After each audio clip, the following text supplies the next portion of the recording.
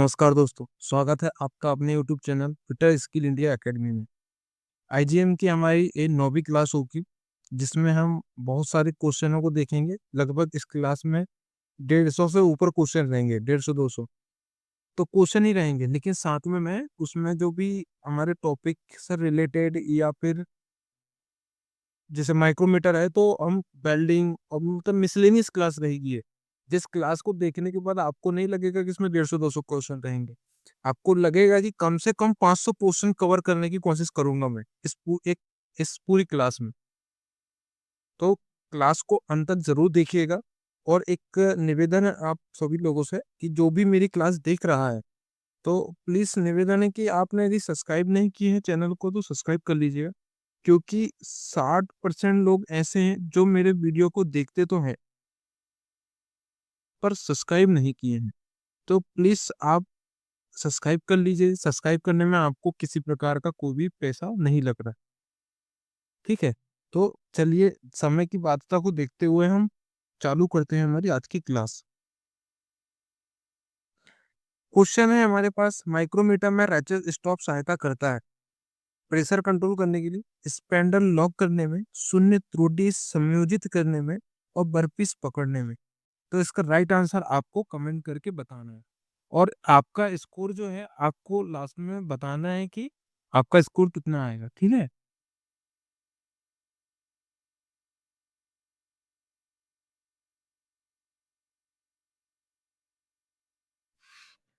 अभी देखो मेटल से कुछ क्वेश्चन होते थे जिसकी शॉर्ट ट्रिक बनाए थे हमने, जिसमें था मोनल मेटल। तो मोनल मेटल की शॉर्ट ट्रिक क्या थी हमारी? मोनिका 6829। तो माँ से बन गया था हमारा क्या? मोनिका, सॉरी, मुंह से बन गया हमारा मोनल मेटल। अभी मोनल मेटल जो है किस चीज से बनकर मिलकर बना होता है? तो नी से बन गया हमारा निकिल। ठीक। और का से बन गया था हमारा कॉपर। अच्छा, मोनल मेटल में 68% क्या होगा हमारा? निकिल। और 29% होगा हमारा कॉपर। ये हमको ध्यान रखना है, इससे प्रश्न पूछा जाता है ना।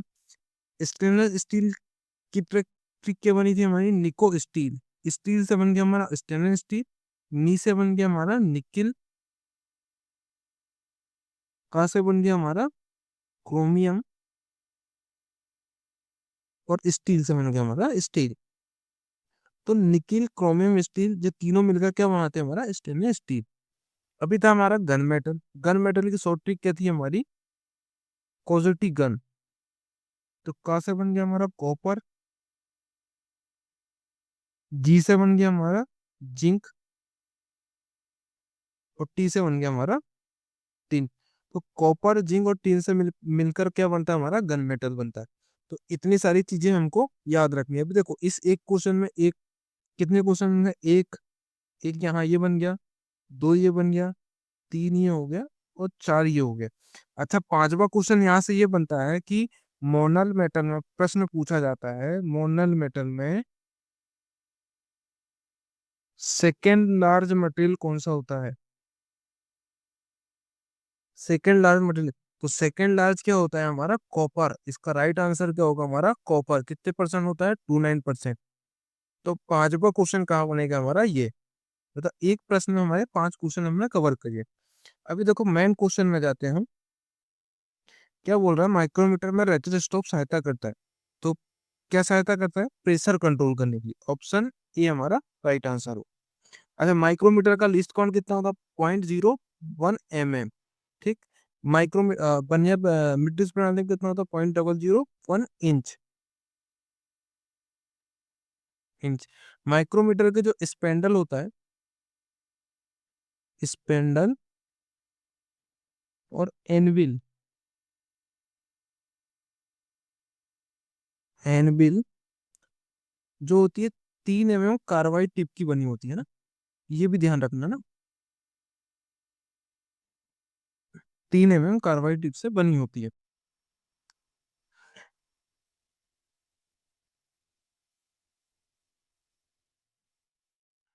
अगला प्रश्न है, बर्नियर कैलिपर का लिस्ट काउंट है एक मैन स्केल डिवीजन माइनस एक बर्नियर स्केल डिवीजन, एक बर्नियर स्केल डिवीजन माइनस एक मैन स्केल डिवीजन, दो मैन स्केल डिवीजन माइनस एक बर्नियर स्केल डिवीजन, एक main scale division minus plus एक बर्नियर स्केल डिवीजन। तो बर्नियर कैलिपर का least count कितना होता है? 0.02 mm। ठीक, मैट्रिक बनाए ब्रिटिश प्रणाली 0.001 इंच बर्नियर कैलिपर। अच्छा, प्रश्न आता है बर्नियर कैलिपर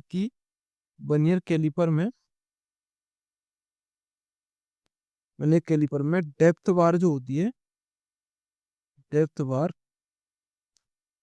किस भाग से अटैच होती है ना, किस भाग से अटैच होती है, ये हमको बताना है। आपको कमेंट करके बताना है कि बर्नियर कैलिपर का डेप्थ बार जो होती है बर्नियर कैलिपर की किस भाग से अटैच होती है। तो इसका राइट आंसर क्या होगा हमारा? एक मैन स्केल डिवीजन माइनस एक बर्नियर स्केल डिवीजन इसका राइट आंसर होता है।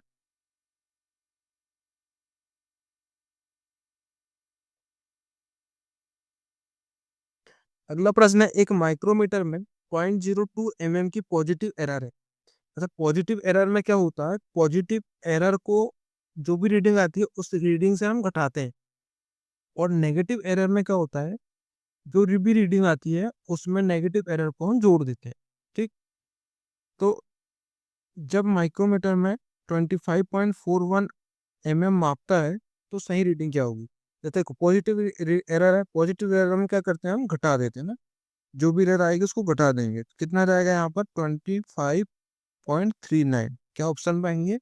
ऑप्शन ए हमारा राइट आंसर होगा। अभी देखो, वाइट मेटल वाइट मेटल की ट्रिक क्या बनाया था हमने? वाइट मेटल का कलर में, वाइट मेटल का जो है ट्रिक क्या बनाया था हमने? वाइट कलर में कोई लेटी अंटी, क्या है? वाइट कलर में कोई लेटी अंटी। तो वाइट कलर से क्या बन गया हमारा? White metal. वाइट कलर से क्या बन रहा हमारा?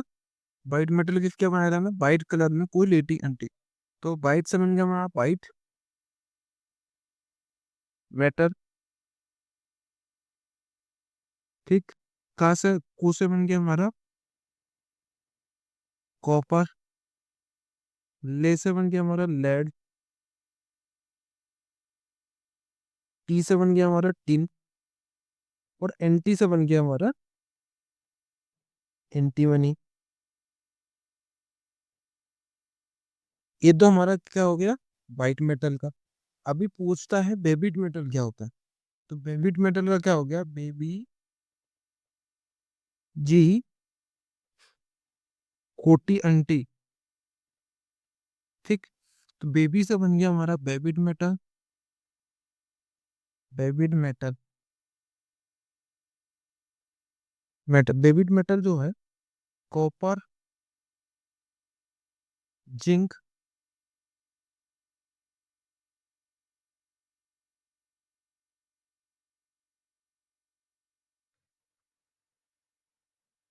का से बन गया कॉपर, जी से बन गया जिंक, और टी से बन गया हमारा टिन, और एनटी से बन गया एंटीमनी। ठीक है, कॉपर जिंक टिन एंटीमनी से मिलकर क्या बना था? Babbitt metal. और यहाँ पर जिंक की जगह पर क्या हो गया? लेड। तो क्या बन जाएगा हमारा? White metal. अगला है पिताजी। ट्रिक थी हमारी, पिताजी जिनका नाम है मुनका जी, बोलते काका जी टी पियोगे? तो बोलते नहीं मुनका जी, 60-40 को निकिल के साथ जर्मनी जाना है सिल्वर की। तो पिताजी से क्या बन गया हमारा? टी से बन गया हमारा पीतल।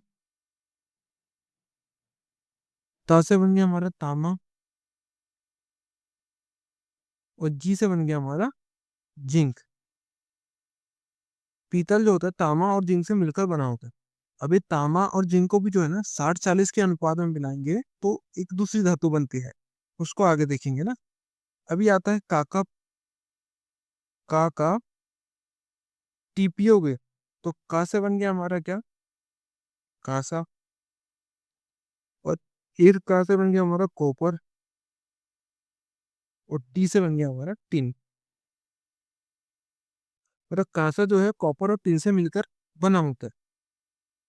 अभी अगला देखते हैं। ये बोलते हैं मुनका जी।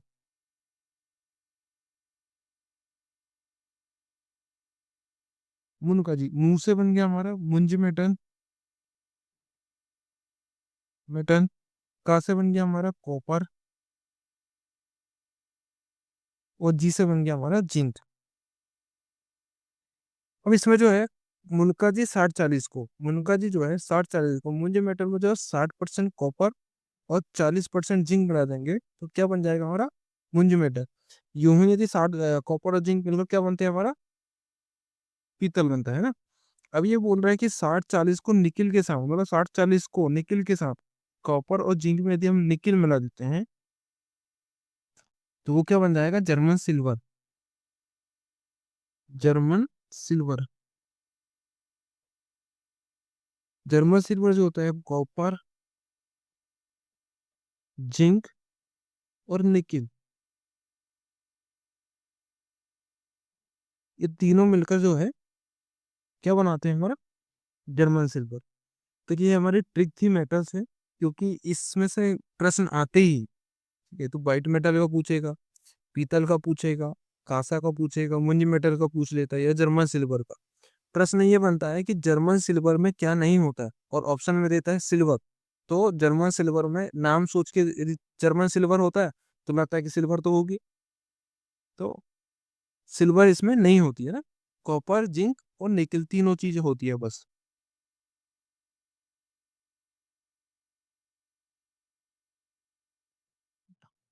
नेक्स्ट, एक माइक्रोमीटर में 0.03 mm का नेगेटिव एरर है। यदि माइक्रोमीटर 40.53 mm मापता है तो सही रीडिंग क्या होगी। अच्छा, नेगेटिव एरर में क्या होता है हम जोड़ देते हैं ना। तो 0.03 इसमें जोड़ेंगे कितना जाएगा 40.56। ऑप्शन में है क्या, ये है ऑप्शन बी हमारा राइट आंसर होगा। अभी देखो टिन जो होती है, टिन टिन जो होती है चांदी की तरह सफेद होती है। टिन का गलनांक कितना होता है 327। अगर टिन जो होती है, टिन जो कैसेटोराइट,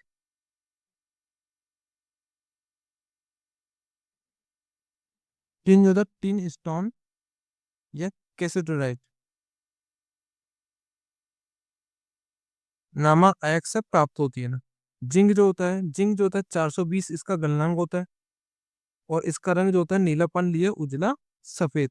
अच्छा, जिंक जो होता है, जिंक का अयस्क क्या होता है, जिंक का अयस्क होता है हमारा केलामाइन। लेड जो होता है, लेड का होता है हमारा गैलेन। और इसका कलर क्या होता है blues grey. Blues grey white. Aluminium का गलना, अच्छा लेड का गलनांक कितना होता है 230। एल्यूमिनियम का गलनांक कितना होता है 658। और इसका कलर होता है उजला सफेद। इसका एस क्या होता है हमारा बॉक्साइट। ये चीजें भी याद रखनी है वो, क्योंकि यहाँ से भी प्रश्न पूछ सकता है। देखो कितने हो गए, ये तो तीन, एक कलर से पूछेगा या गलनांक से पूछेगा या फिर अयस्क से पूछेगा। तो एक ही चीज में तीन से क्या, एक दो, एक ही होगा दो, तीन, ये चार।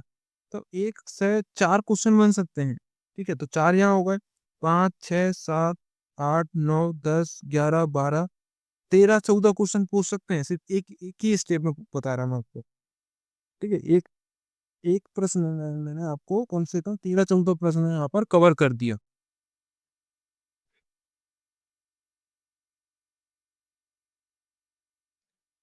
अगला 25 से 75 बाहरी माइक्रोमीटर का शून्य एरर किस से जांचा जा सकता है।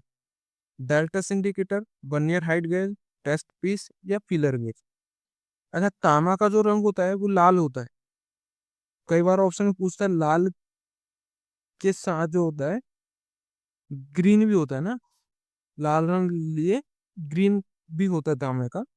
पीतल का जो है, पीतल का रंग कैसा होता है पीला होता है। पीतल के लिए हमको पिताजी याद रखना है। तांबा और जिंक से मिलकर बना होता है। और 60-40 में मिलाएंगे तो क्या बन जाएगा मूंज मेटल। फ्रीजर गेज जो होता है क्लियरेंस चेक करने के लिए करते हैं ना।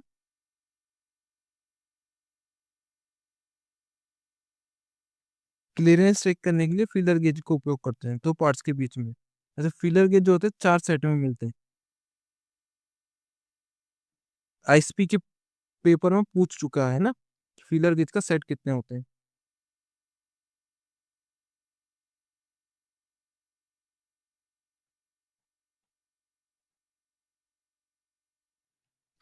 अगला प्रश्न है, बाहरी माइक्रोमीटर की स्लीप पर सबसे छोटे डिवीजन का मान होता है।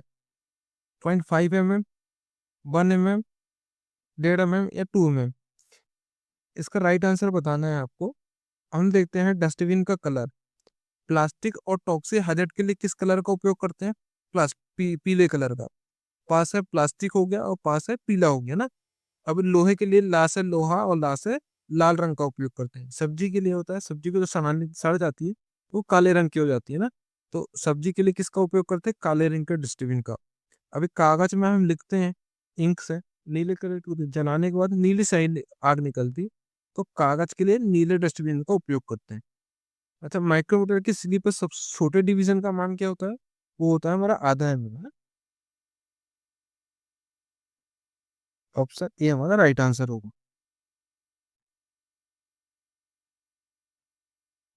अगला, मैट्रिक बाहरी माइक्रोमीटर के थिम्बल के बेवल एज पर एक डिवीजन का मान होता है। थिम्बल के एक डिवीजन का मान, यही हमारा लिस्ट काउंट होता है ना, तो इसका सही आंसर क्या हो जाएगा? ऑप्शन डी हमारा राइट आंसर होगा। अभी देखो, ड्रिल चक क्या है, कितने साइज में मिलते हैं? 6, 12, 18 साइज में मिलते हैं ना,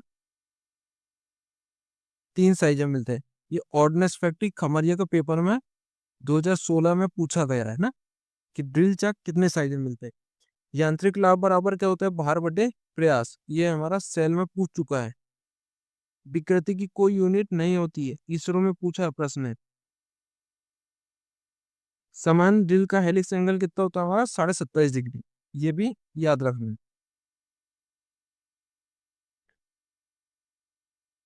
यदि किसी बाहरी माइक्रोमीटर के थिम्बल पर शून्य ग्रेजुएशन डेटम लाइन के नीचे, नीचे का होगा आगे है, जबकि माइक्रोमीटर के चेहरे जो है संपर्क में है, तो एरर होगी।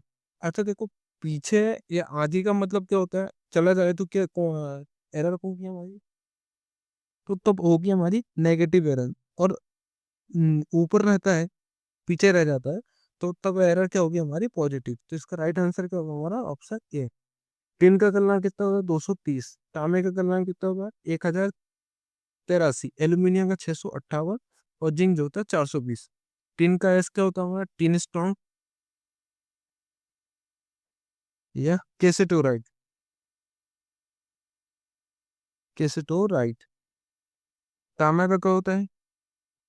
Copper pyrite. Copper pyrite. Aluminium का क्या होता है? बॉक्साइट। और जिंक का क्या होता है? केलामाइट।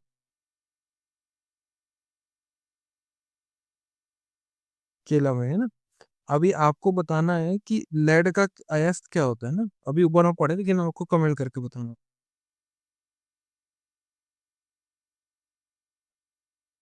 अगला, डेप्थ माइक्रोमीटर का उपयोग साइज की विस्तृत श्रृंखला को मापने के लिए किया जाता है, क्योंकि इसमें एक लंबा स्पेंडल होता है, इसमें एक लंबी स्लीव होती है, यह कई एक्सटेंशन रॉड से लैस होता है और इसका बेस एडजस्टेबल होता है।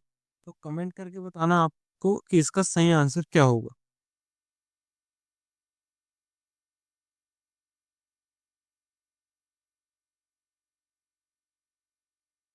कई बार क्या होता है, ड्राइंग से प्रश्न पूछता है कि A3 साइज या A0 A2 का पेपर ट्रिम साइज क्या होता है। तो हमको A0 का याद रखना है। A0 जीरो का इतना होता है 1189 इंटू 841। ये हमको याद रखना है। पेपर का साइज क्या होता है ना, ये भी पूछता है। अच्छा, एक और प्रश्न है। ग्राइंडिंग की जो है, ग्राइंडिंग व्हील है में ग्रेड जो होता है, कठोरता को दर्शाता है ना, कठोरता या हार्डनेस को दर्शाता है। ये भी हमको नोट डाउन करना है। अपने मूल प्रश्न में आते हैं हम। डेप्थ माइक्रोमीटर का साइज जो है विशेष श्रृंखला को मापने के लिए किया जाता है। क्यों किया जाता है? क्योंकि इसमें कई सारी एक्सटेंशन लॉस से, रॉड से लेस होता है ना। ऑप्शन सी हमारा राइट आंसर होगा।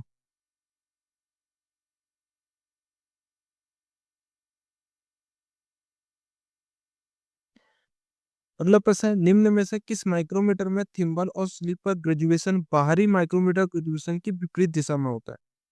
Inside micrometer, depth micrometer, tube micrometer या फ्लैंज माइक्रोमीटर? कमेंट करके इसका राइट आंसर बताना। अच्छा, स्टील की जो संरचना होती है, यहाँ से भी प्रश्न पूछता है ना।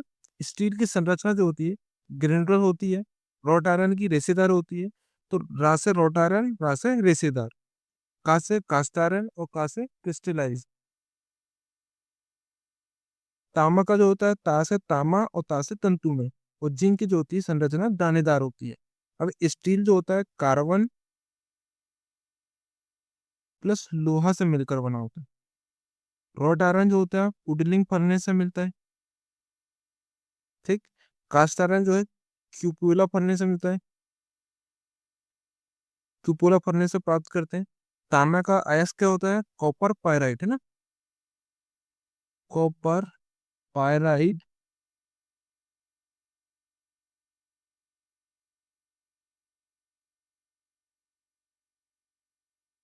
कॉपर पायराइट होता है ना। जिंक का क्या होता है, जिंक का केलामाइट।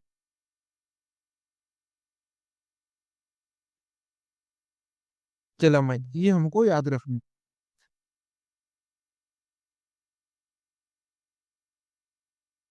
अच्छा, इसका राइट आंसर क्या होगा हमारा, किसमें विपरीत दिशा में होती है, तो डेप्थ माइक्रोमीटर में ना। फ्लैश माइक्रोमीटर को यूज कहाँ करते हैं, कोडर थिकनेस चेक करने के लिए, गियर के दांतों की मोटाई या कोडर थिकनेस चेक करने के लिए।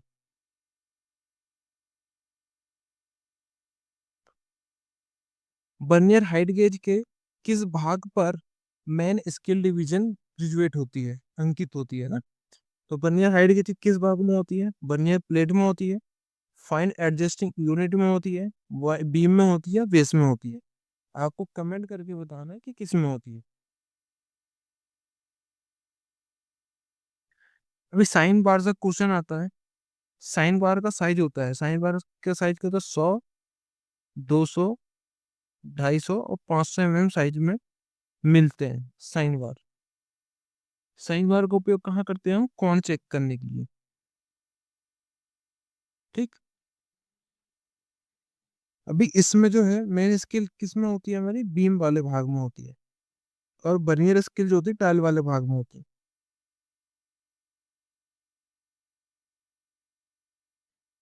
अगला प्रश्न है, बर्नियर बेवल प्रोटेक्टर का उपयोग करते समय संदर्भ सतह के रूप में समानता किस भाग का उपयोग करते हैं, रेफरेंस सरफेस के रूप में, स्टॉक, ब्लेड, डायल या डिस्क?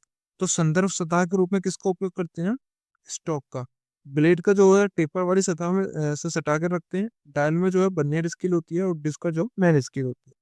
इतनी सारी चीजें हमको याद रखनी है।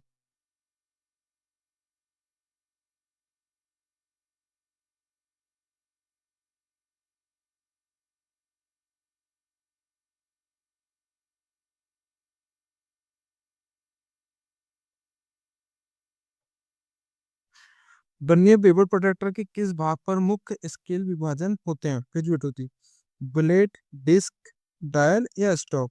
तो मेन स्केल कहाँ पर होती है हमारी, कमेंट करके बताओ आप कहाँ होती है। ऊर्जा का मात्रक क्या होता है, जूल। शक्ति का मात्रक क्या होता है, वाट। और बल का मात्रक क्या होता है, न्यूटन। ये सब प्रश्न जो है इसरो में पूछा गया है ना। इसमें से एक प्रश्न सेल में भी पूछा गया है।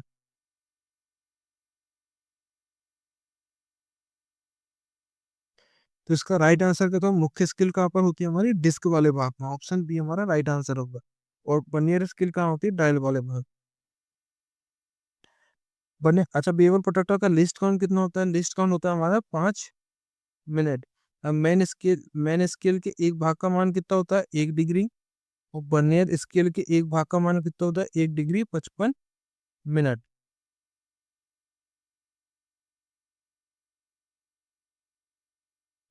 बर्नियर पेपर प्रोटेक्टर के प्रत्येक बर्नियर स्केल विभाजन का मान होता है 1 degree 5 minute, 1 degree 55 minute, 2 degree. तो 1 डिग्री जो होता है मैन स्केल का भाग डिवीजन का मान होता है, 5 मिनट लिस्ट काउंट होता है, और 1 डिग्री 55 मिनट बर्नियर स्केल का। राइट आंसर क्या होगा हमारा, ऑप्शन सी। धारा का मात्रक क्या होता है, एम्पियर। विभवांतर का मात्रक होता है वोल्ट। प्रतिरोध का मात्रक ओम। मूल मात्राओं की संख्या कितनी होती है, 7। तो तापमान की यूनिट क्या होती है? केल्विन। अच्छा, ये वाला जो प्रश्न है सेल में पूछा गया है ना।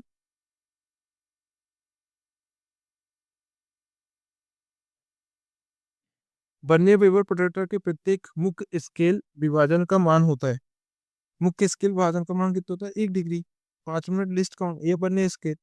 अच्छा, एबीसीडी में जो है, जब कृत्रिम श्वसन देते हैं तो ए क्या होता है? एयर वे। बी का मतलब होता है ब्रीथिंग, और सी का मतलब होता है सर्कुलेशन। यहाँ से भी प्रश्न बन सकता है ना।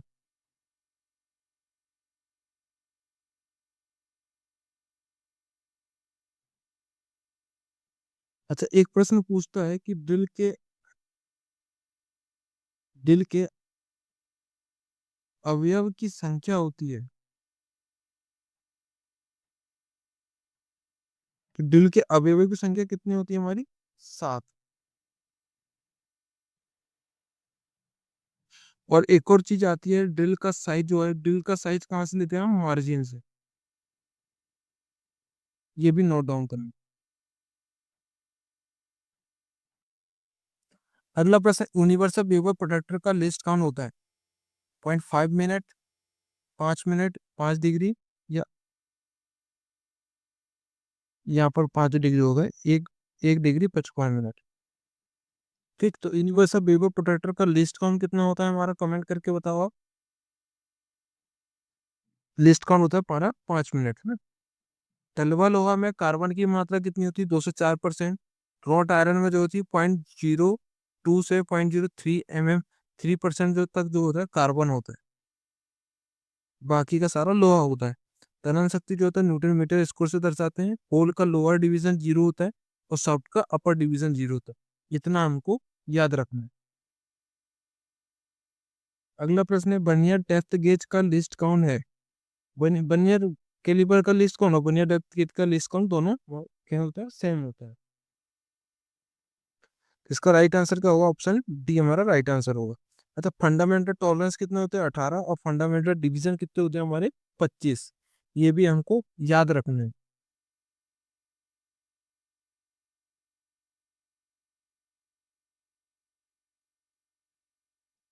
अच्छा, यहीं पर एक चीज और लिखो आप ट्राई स्कोर के बारे में।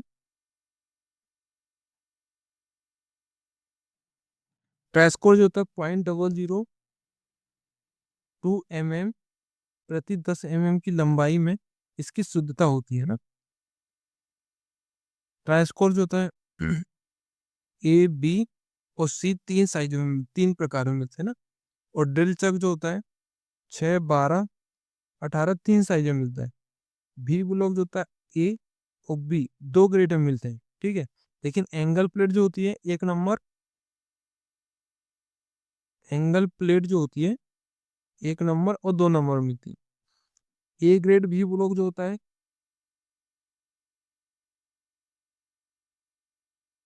हार्ड ग्रेड स्टील का बनता है। और बी जो होता है क्लोज ग्रेन कास्ट आयरन का बनता है।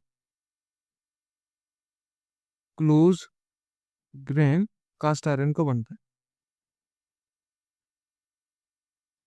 इतनी सारी चीजें हमको याद रखनी है।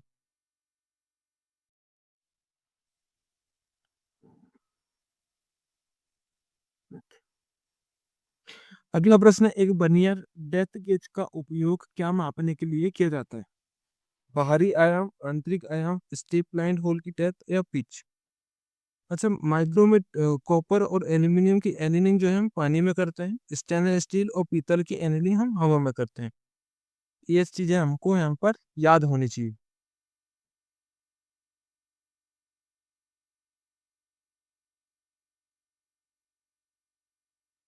अच्छा, कार्य बराबर क्या होता है हमारा? कार्य बराबर होता है बल गुणित विस्थापन। ये भी हमको याद रखना है। शक्ति का मात्रक क्या होता है हमारा? वाट। बल का मात्रक क्या होता है हमारा? न्यूटन। ठीक। और विभवांतर का मात्रक क्या होता है? विभवांतर का मात्रक होता है हमारा वोल्ट। और धारा का मात्रक क्या होता है हमारा? एम्पियर। ये सारी चीजें भी हमको याद रखनी है। एक बर्नियर डेप्थ गेज का उपयोग क्या मापने के लिए करते हैं? ब्लाइंड होल है ना, ब्लाइंड होल की डेप्थ।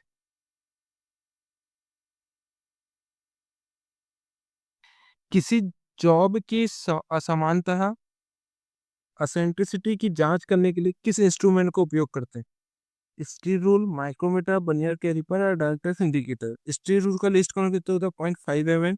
बर्नियर के माइक्रोमीटर का 0.01 mm। बर्नियर कैलिपर का 0.02 mm। और इसका सही आंसर क्या होगा हमारा? डाल्टस इंडिकेटर।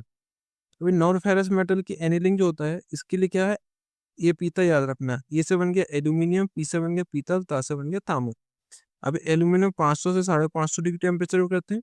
तांबा 600 650, पीतल 600 से 650 और तांबा जो होता है 650 से 750 डिग्री टेम्परेचर पर एनेलिंग करते हैं ना।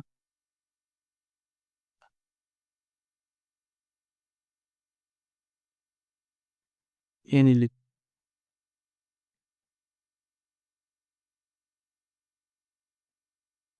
अगला प्रश्न, इनमें से कौन सा एक प्रत्यक्ष मापने वाला टूल है? Try square, steel rule, straight edge या रिंग गेज?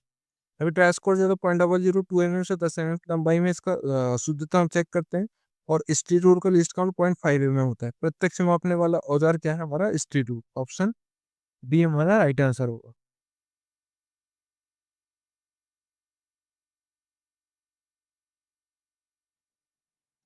न्यूनतम माप जो एक स्टील रूल के साथ पढ़ा जा सकता है, ये तो माइक्रोमीटर का लिस्ट काउंट हो गया। माइक्रोमीटर का ये बर्नियर कैलिपर। और ये होगा हमारा स्टील रूल। अच्छा, एक और आता है कि मॉड्यूलर क्या होता है? मॉड्यूलर बराबर होता है हमारा पिच व्यास अपन दांतों की संख्या।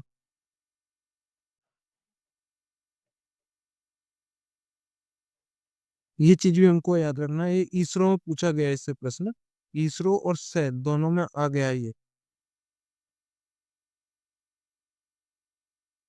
अगला, एक ट्राई स्कोर खलिस्तान कोण की जांच करने के लिए उपयोग किया जाता है। ये आईजीएम में पूछा गया प्रश्न है।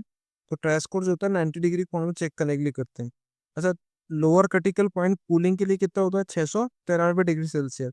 और लोअर क्रिटिकल टेम्परेचर हीटर के लिए कितना होता है? कराउंड हीटिंग के लिए 723 डिग्री टेम्परेचर।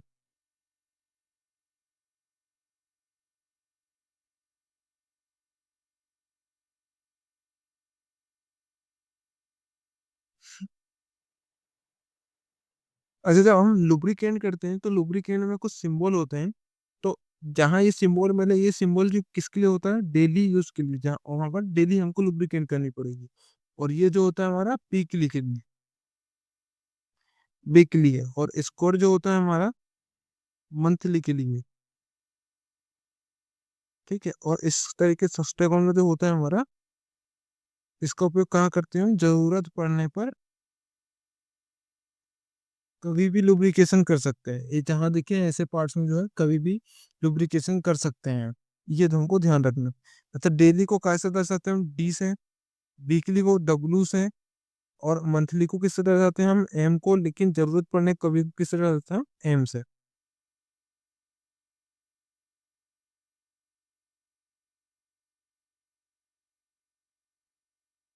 अगला, न्यूनतम माप जो वर्नियर कैलिपर के साथ सही ढंग से पढ़ा जा सकता है उसे कहते हैं? शून्य रीडिंग, लिस्ट काउंट, मुख्य स्केल डिवीजन, रीडिंग, मुख्य स्केल रीडिंग, वास्तविक रीडिंग माइनस शून्य त्रुटि।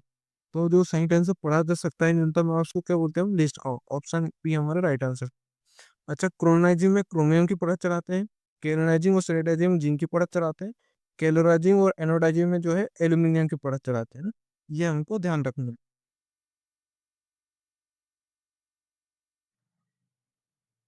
मेटल भारी माइक्रोमीटर में एक थ्रेडेड स्पिंडल होता है जिसका पिच है 0.5, 0.25, 1.1 mm या 1.5 mm। तो इसका राइट आंसर बताना है कि माइक्रोमीटर में जो एक थ्रेडेड स्पिंडल होता है उसकी पिच कितनी होती है। वह फ्लेम हेडिंग जो होती है, लेद पैड में फ्लेम हेडिंग करते हैं। और अमोनियम नाइट्राइड में जो अमोनिया गैस छोड़ी जाती है। इसको भी याद रखना ना, ये भी प्रश्न पूछता है। नाइट्राइडिंग में कौन सी गैस छोड़ी जाती है? तो अमोनिया गैस छोड़ी जाती है। इंडक्शन हार्डनिंग में skill skill free free surface बनती है। प्रश्न आता है कि जो हार्डनिंग करते हैं हम, तो उस किस मेथड में स्किल फ्री सरफेस बनती है? तो उसका राइट आंसर होगा हमारा इंडक्शन हार्डनिंग में। टिन की परत चढ़ाने को क्या बोलते हैं हम? क्लेडिंग। और कांच और मेटल स्प्रे की परत चढ़ाने को क्या बोलते हैं हम? एनामेलिंग। तो स्पेंडल में जो होती है वो आधा mm की पिच होती है ना। ऑप्शन ये हमारा राइट आंसर होगा।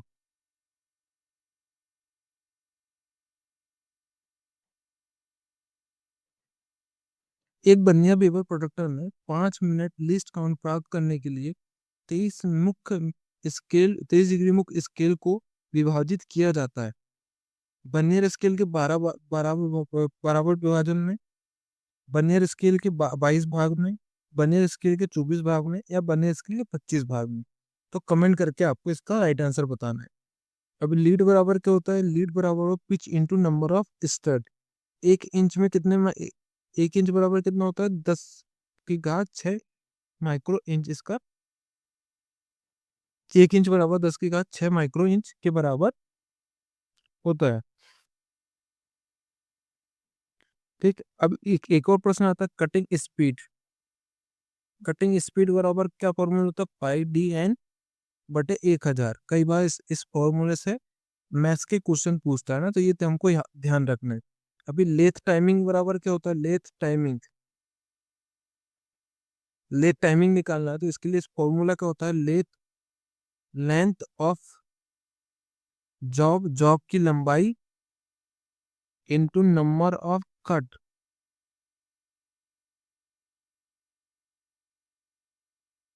Number of cut upon RPM into feed. ये होती है लेथ टाइमिंग का फॉर्मूला। अच्छा, ड्रिल टाइमिंग का फॉर्मूला क्या होता है? ड्रिल टाइमिंग का ड्रिल टाइमिंग का फॉर्मूला क्या होता है? तो ड्रिल टाइमिंग का फॉर्मूला था थिकनेस ऑफ जॉब, जॉब की मोटाई प्लस 0.3d। डी डी क्या होगा? वो ड्रिल का व्यास अपॉन आरपीएम इंटू फीड। ये होगा लेथ का फॉर्मूला, ये हो गया हमारा ड्रिल टाइमिंग का फॉर्मूला। तो इसका राइट आंसर क्या होगा हमारा? 23 स्किल विभाजन को जो है 12 बने स्किल विभाजन में बराबर भागों में बांटा जाता है। ऑप्शन टी हमारा राइट आंसर होगा। अगला प्रश्न है, कोण जो 90 डिग्री से कम हो उसे कहा जाता है? ऑप्टिक्स कोण, एक्यूट एंगल, समकोण, राइट एंगल, या इनमें से कोई नहीं। अच्छा, ब्लास्ट फर्नेस से प्राप्त उत्पाद को क्या बोलते हैं हम? Pig iron. कास्ट आयरन जो होता है कुपुला फर्नेस से प्राप्त करते हैं। रॉट आयरन जो होता है पुडलिंग फर्नेस पर। कास्ट आयरन की संरचना कैसी होती है हमारी? क्रिस्टलाइट। क्रिस्टलाइट है ना। रॉट आयरन कैसी होती है हमारी? रेसेदार। रात से रॉट आयरन, रात से रेसेदार। ये फाइबर।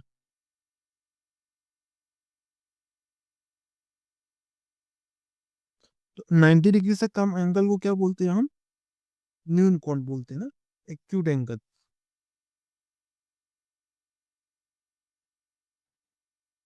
कौन सा पन्निया पेपर प्रोटेक्टर के स्टॉक का एक अभिन्न हिस्सा है? डिस्क, डायल, ब्लेड, या मैन स्केल। कमेंट करके बताओ इसका राइट आंसर क्या होगा। अच्छा, जिंक का अयस्क का होता है, जिंक का अयस्क कैलामाइन होता है। ठीक। बॉक्साइट किसका? बॉक्साइट से क्या प्राप्त मतलब बॉक्साइट जो है, इससे हम क्या बनाते हैं? एल्यूमिनियम, है ना। एल्यूमिनियम का अयस्क क्या होता है? बॉक्साइट। लेड का अयस्क क्या होता है? गिलेना। और टिन का अयस्क होता है टिन स्टोन या केस्टोराइट। तो बनिया पेपर प्रोटेक्टर के अभिन्न हिस्सा कौन सा होता है हमारा? डायल वाला भाग अभिन्न हिस्सा होता है ना। इसका राइट आंसर होगा ऑप्शन बी।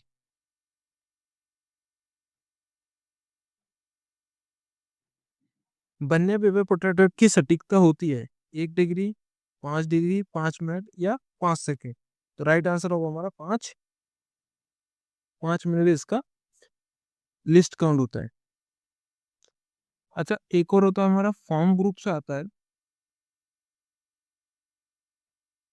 फॉर्म ग्रुप में जो होता है स्ट्रेटनेस को दर्शाता है। स्ट्रेटनेस, ये जो होता है स्ट्रेटनेस को दर्शाता है ना। अच्छा, फ्लैटनेस के लिए क्या होता है? फ्लैटनेस के लिए इस तरीके का सिंबल होता है। ड्राइंग में जहां भी सिंबल मिले वहां पर भी वो है फ्लैटनेस को दर्शाता है ना। राउंडनेस के लिए क्या होता है? राउंडनेस के लिए, राउंडनेस के साथ राउंड होता है ना। अच्छा, सिलेंड्रिकल, सिलेंड्रिकल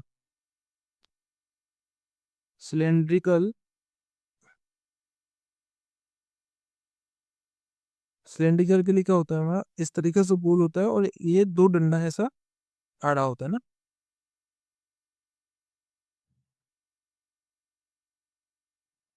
ये सिलेंड्रिकल को दर्शाता है। अभी जो है line of profile, line of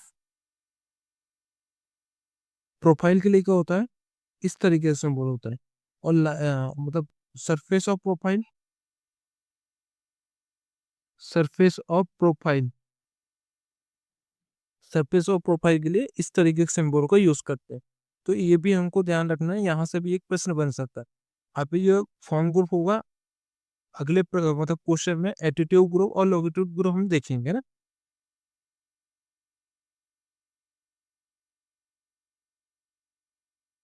1 metre को में बदले तो 1 मीटर बराबर कितने होते हैं, 1 मीटर बराबर 1000 ये प्रश्न भी आईएसपी में पूछा गया है ना, आईएसपी और सेल में पूछ चुका है। अभी देखो, ये तो 1 मीटर बराबर कितने होते हैं, 1000 है ना। अभी देखते हैं एटीट्यूड ग्रुप।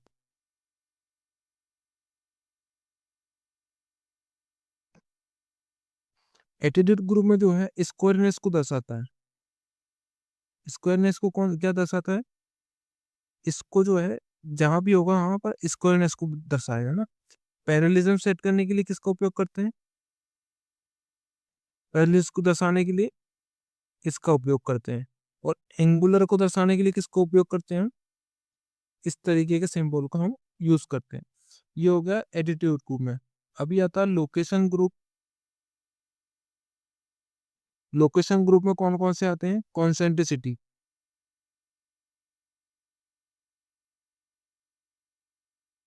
कॉन्सेंट्रिसिटी को किससे दर्शाते हैं हम, इस तरीके से।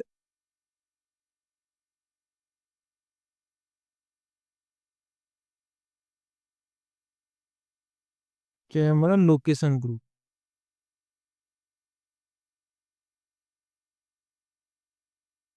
कॉन्सेंट्रिसिटी है ना। इससे किसको दर्शाते हैं हम, इस तरीके से दो सर्कल होते हैं उसको कॉन्सेंट्रिसिटी से दर्शाते हैं ना। और पोजीशन के लिए किससे दर्शाते हैं, पोजीशन को जो है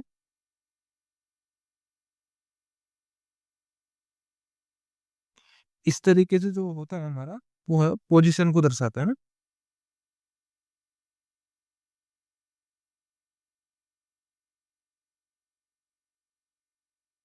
ये जो है पोजीशन को दर्शाता है।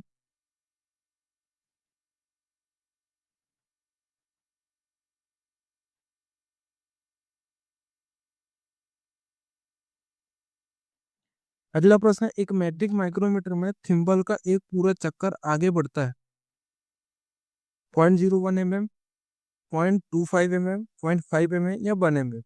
तो बनी एक मैट्रिक माइक्रोमीटर थिम्बल का एक पूरा चक्कर कितना आगे बढ़ता है, कमेंट करके बताना आपको। तो थिम्बल का एक पूरा चक्कर जो है स्पेंडल की जो पिच होगी उसके बराबर आगे बढ़ेगा। तो स्पेंडल की पिच कितनी होती है हमारी, 0.5 mm।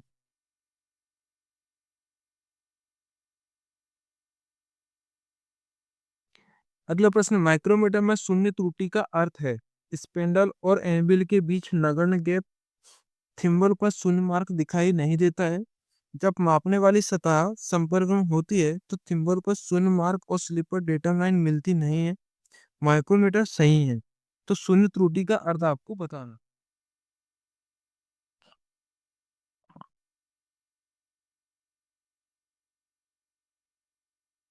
तो इसका राइट आंसर क्या होगा, इसका राइट आंसर होगा हमारा ऑप्शन सी। जब मापने वाली सतह संपर्क में होती है तो थिम्बल पर शून्य मार्क और डेटम स्लिप स्लिप पर डेटम लाइन मिलती नहीं है। ऑप्शन सी हमारा राइट आंसर हो।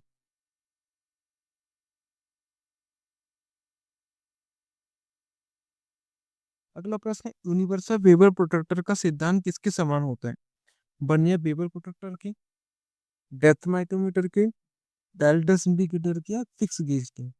कमेंट करके बताना आपका इसका राइट आंसर क्या होगा। अच्छा, अब देखो हार्डनेस चेक करने के लिए एक मेथड होती है, देखे होंगे आपने हार्डनेस चेक करने के लिए। तो इसमें जो होती है बीकर मेथड होती है, ब्रिकस होती है, रॉकवेल होती है और ब्रिनेल होती है। ठीक है, तो इसमें जो है हार्ड मेटल चेक करने के लिए और सॉफ्ट मेटल चेक करने के लिए किसका यूज करते हैं, ये प्रश्न भी बनता है हमारा। तो ब्रिनल से तो देखो ब्रिनेल में ना है तो नया सा क्या बन गया, नरम मेटल में। नरम मेटल का जो हार्डनेस चेक करने के लिए किस मेथड का उपयोग करते हैं, ब्रिनेल। और बीकर्स का उपयोग कहाँ करते हैं हम, हार्ड मेटल चेक करने के लिए। ये भी हमको ध्यान रखना है। अच्छा, यूनिवर्सल वेपर प्रोटेक्टर का सिद्धांत किसके समान होता है, ये होता है हमारा बर्नियम वेपर प्रोटेक्टर के समान होता है। ऑप्शन ये हमारा राइट आंसर होगा। अगला 0.5 mm पिच के स्पेंडल थ्रेड के एक साथ थिम्बल के एक डिवीजन की मूवमेंट पर स्पेंडल की मूवमेंट कितनी होगी।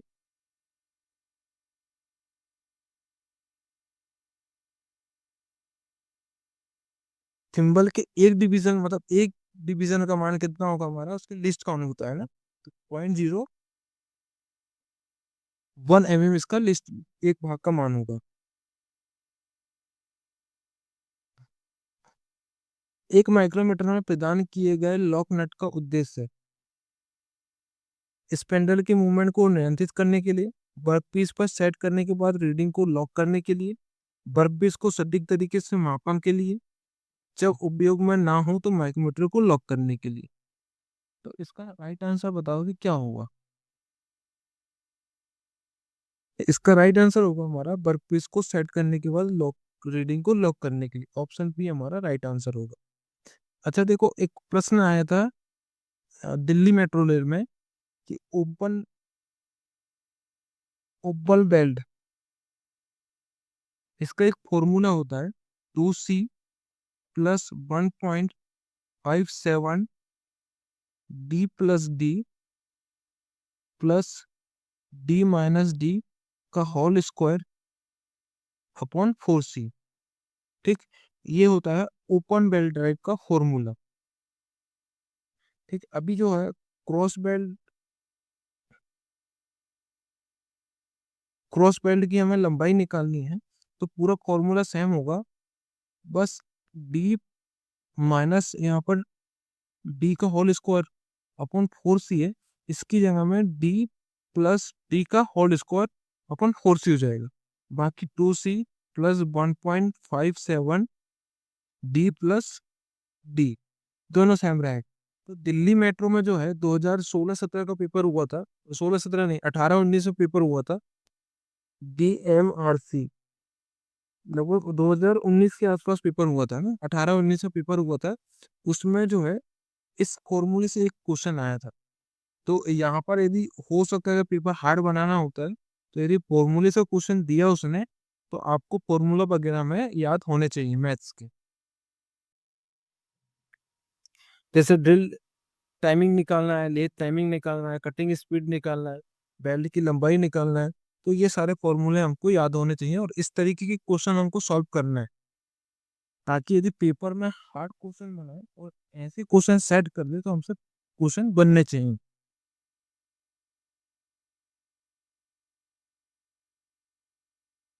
अगला है डेप्थ माइक्रोमीटर द्वारा गहराई की विस्तृत श्रृंखला को कैसे मापा जा सकता है। लंबी स्लिप द्वारा, लंबी स्पिंडल द्वारा, एडजस्टेबल बेस द्वारा और एक्सटेंशन रॉड के एक साइड से लेस करके।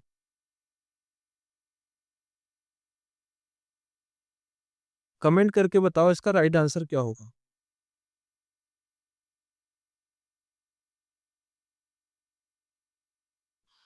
अच्छा, इसमें एक और होता है, बड़े पाइप को पकड़ने के लिए किस रेंज का उपयोग करते हैं।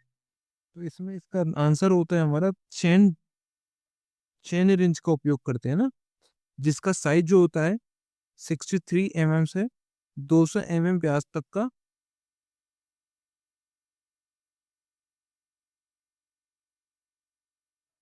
200 mm व्यास के पाइप को हम पकड़ सकते हैं। बड़े साइज की पाइप को पकड़ने के लिए चेन रेंज का उपयोग करते हैं, जिसका साइज 63 से 200 mm तक होता है। अच्छा, इसका डेप्थ माइक्रोमीटर द्वारा गहराई चेक करने के लिए किसका उपयोग करते हैं, क्योंकि इसमें एक्सटेंशन रोड के साइड एक लेस होता है ना। ऑप्शन डी हमारा राइट आंसर होगा।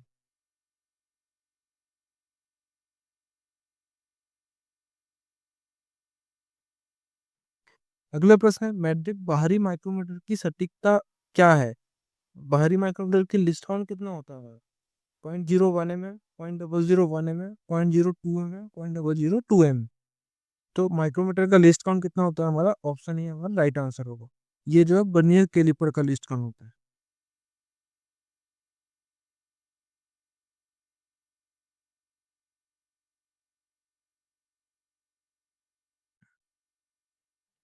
एक कॉम्बिनेशन सेट में प्रोटेक्टर हेड की सटीकता कितनी होती है? 1 डिग्री, 5 डिग्री, 5 मिनट या 5 सेकंड?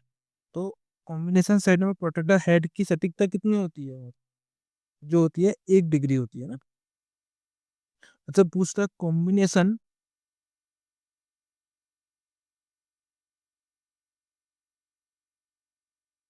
में हेड की संख्या होती है, तो हेड की संख्या कितनी होती है हमारी? 3। ये पार्ट्स भी पूछता है, तो कई पार्ट्स भी पूछता है, तो कोई 3 मानता है, कोई 4 मानता है। लेकिन सही आंसर क्यों मानता है हमारा? 3 मानता है ना। पार्ट्स पूछे या हेड्स पूछे, कॉम्बिनेशन सेट में 3 ही होते हैं। ठीक है, स्टील को वो कंसीडर नहीं करता है।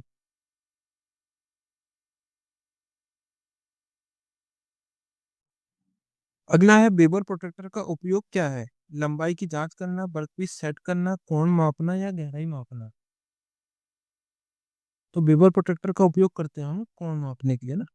ऑप्शन सी हमारा राइट आंसर होगा।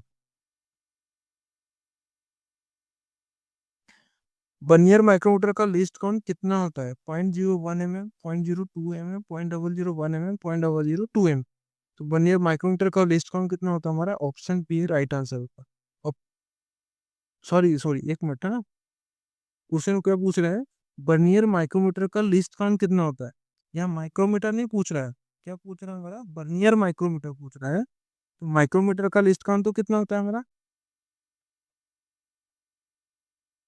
माइक्रोमीटर का लिस्ट काउंट होता है 0.01 mm, और 0.02 mm होता है वर्नियर कैलिपर का। और वर्नियर माइक्रोमीटर का लिस्ट काउंट होता है 0.001 mm। ऑप्शन सी हमारा यहाँ पर राइट आंसर हो ना।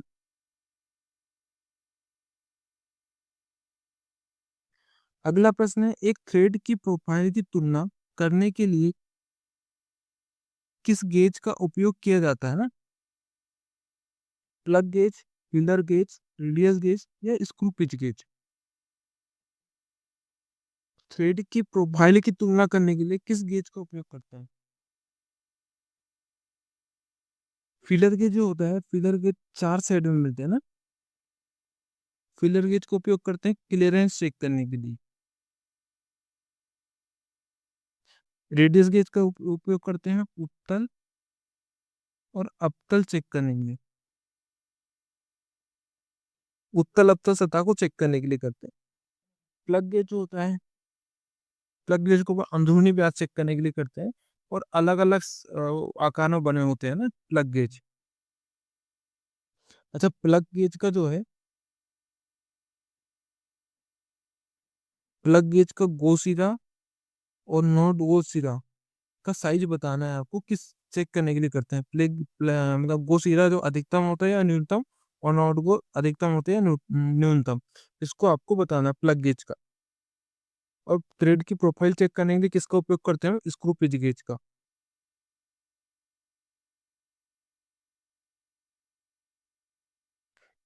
एक ट्राई स्क्वायर की सटीकता होती है, तीसरों में पूछा गया प्रश्न है। 0.02 mm प्रति 10 mm की लंबाई में, 0.004 mm प्रति 10 mm की लंबाई में, 0.002 mm प्रति 10 mm की लंबाई में, या 0.001 mm प्रति 10 mm की लंबाई। तो इसका राइट आंसर क्या होगा हमारा? ऑप्शन सी।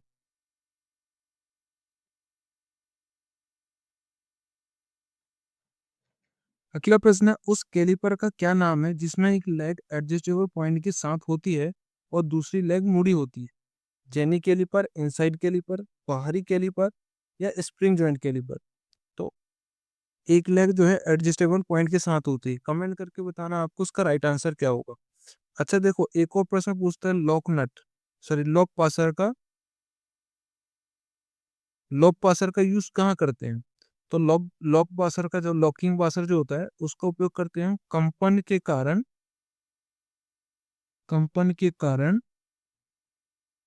नट को खुलने से रोकने के लिए हम किसका उपयोग करते हैं? लॉकिंग पासर का यूज करते हैं, है ना।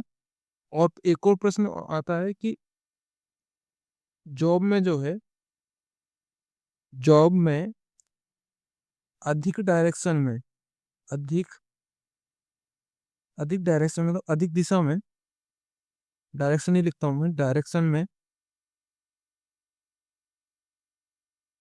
ड्रिल करने के लिए किस जिग का उपयोग करते हैं? जॉब में अधिक डायरेक्शन में ड्रिल करने के लिए किस जॉब को जिग का उपयोग करते हैं? तो यहाँ पर आएगा बॉक्स जिग, है ना।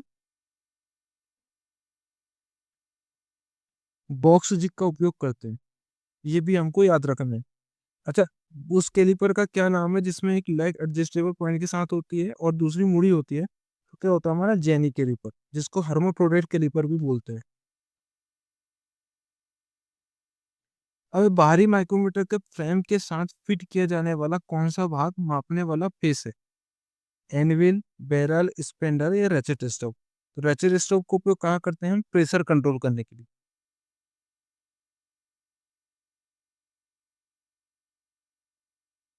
ठीक। प्रश्न का फ्रेम के साथ जो है कौन सा भाग मापने वाले फेस में होता है? इसका राइट आंसर क्या होगा हमारा? एनविल।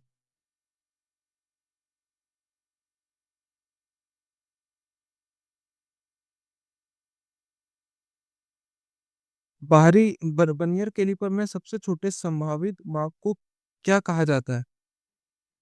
विचलन, डिवीजन, टॉलरेंस, अलाउंस या लिस्ट काउंट? तो सबसे छोटे संभावित माप को क्या बोलते हैं हम? List count. ऑप्शन डी हमारा राइट आंसर होगा।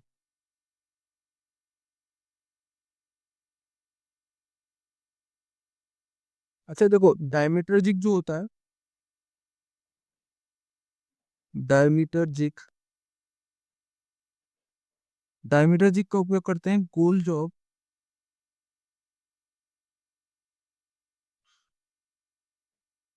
में ड्रिल करने के लिए। ठीक। इंडेक्सिंग जिग का उपयोग कहाँ करते हैं हम?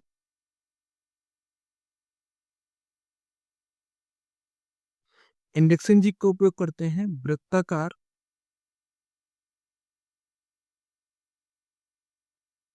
भाग के बाहरी परिधि में यदि ड्रिलिंग करनी है हमको, तब इंडेक्सिंग जिग का उपयोग करते हैं ना। चैनल जिग में जो है बेस प्लेट नहीं होती, चैनल जिग में जो है बेस प्लेट नहीं होती है ना, ये भी ध्यान रखना, यहाँ से भी प्रश्न बनता है। बेस प्लेट नहीं होती है। और एंगल प्लेट जिग जो होता है इसका उपयोग केआर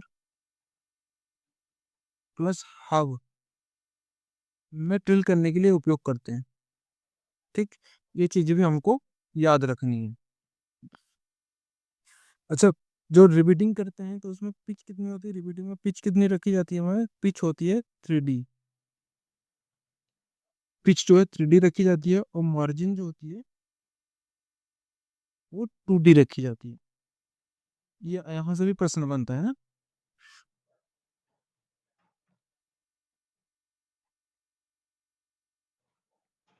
अभी आप प्रश्न, इनमें से कौन सा एक अप्रत्यक्ष मापक यंत्र है? Indirect measurement, steel, jenny calliper, inside micrometer या बाहरी माइक्रोमीटर? स्टील भी प्रत्यक्ष मापने वाला औजार है, इनसाइड माइक्रोमीटर भी है और आउटसाइड माइक्रोमीटर भी है। तो अप्रत्यक्ष मापने वाला औजार क्या है? हमारा जेनी कैलिपर है ना। ऑप्शन बी हमारा राइट आंसर होगा।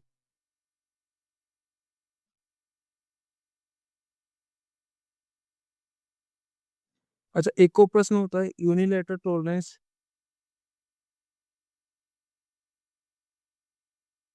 यूनिलेटरल टॉलरेंस जो है एक तरफ दी जाती है और बाइलेटरल टॉलरेंस जो है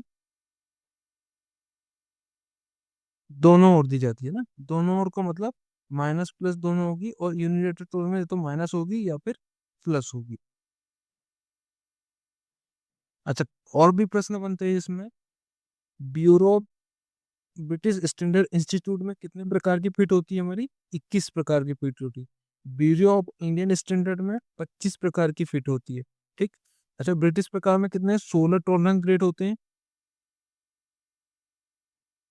ब्रिटिश प्रकार में 16 टॉलरेंस ग्रेड होता है, 21 प्रकार की फिट होती है और 16 टॉलरेंस ग्रेड होते हैं।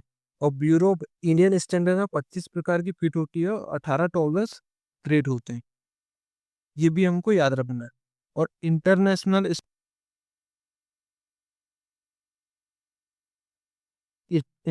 स्टैंडर्ड में कितने प्रकार की फिट होते हैं? 28 प्रकार की फिट होती है और 18 टॉलरेंस ग्रेड होते हैं। ग्रेड की संख्या कितनी होती है? 18। ठीक, जो कि IT01 से IT16 तक होती है ना।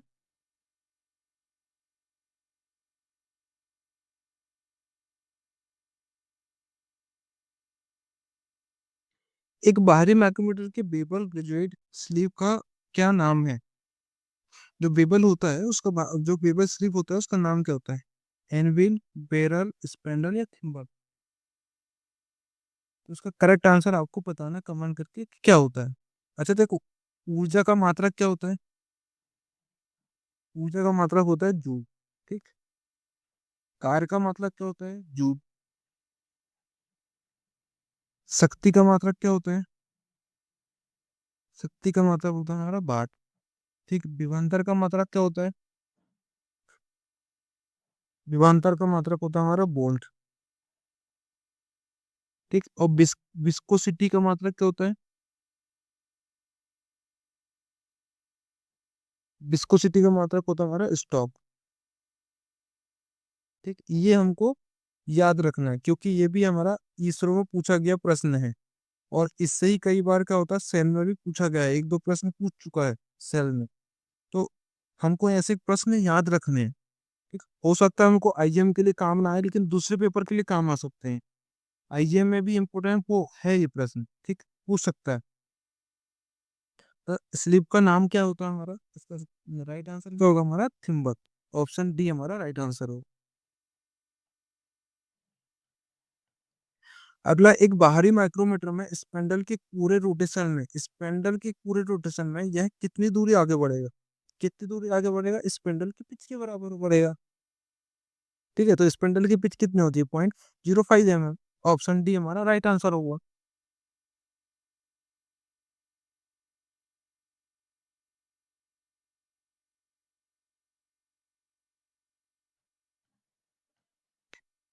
किस माइक्रोमीटर में इंटरचेंजेबल एनविल का प्रावधान है? डेप्थ माइक्रोमीटर, इनसाइड माइक्रोमीटर, बाहरी माइक्रोमीटर या स्क्रू थ्रेड माइक्रोमीटर? इसका राइट आंसर क्या होगा हमारा? Screw thread micro. Option D हमारा राइट आंसर होगा ना।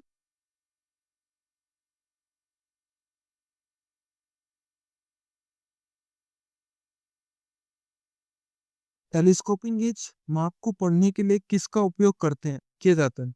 डेप्थ माइक्रोमीटर का, इनसाइड माइक्रोमीटर का, बाहरी माइक्रोमीटर का, 3 पॉइंट माइक्रोमीटर?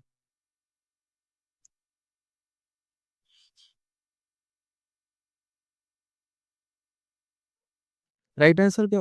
टेलीस्कोपिंग गेज जो होता है 12.7 से 152.4 mm तक इसमें चेक कर सकते हैं। ठीक है, टेलीस्कोपिंग गेज। और स्मॉल होल गेज क्या होता है? 3.2 mm से 12.7 mm तक इसका साइज चेक कर सकते हैं। ये भी पूछता है ना, स्मॉल होल गेज से न्यूनतम कितना माप चेक कर सकते हैं? तो 3.2 से 12.7 mm तक चेक कर सकते हैं। और टेलीस्कोपिंग गेज से जो रीडिंग आती है उसको हम बाद में किससे पढ़ते हैं? बाहरी माइक्रोमीटर में उसको चेक करके हम उसकी रीडिंग चेक करते हैं ना।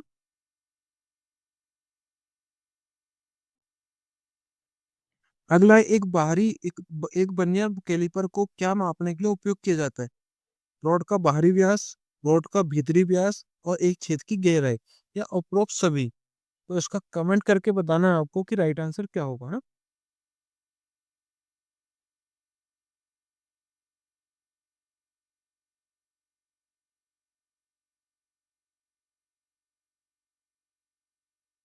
अभी देखो लेथ मशीन में जो होता है टम्बलर गियर होता है ना, आपने देखे होंगे।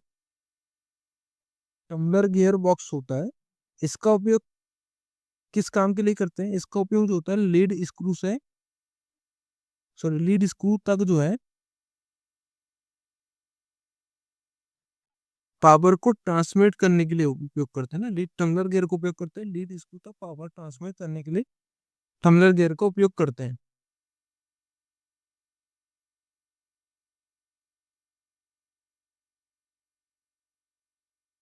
टेल स्टॉप ऑफसेट मेथड होती है टेपर काटने के लिए। इसमें जो है कम कोण की, टेलीस्कोप ऑफसेट मेथड में कम कोण की अधिक लंबाई में जो टेपर काटनी होती है,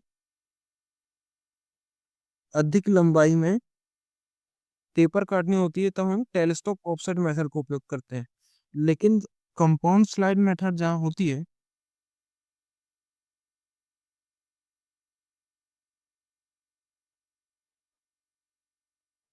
स्लाइड मेथड में जो है अधिक कोण की,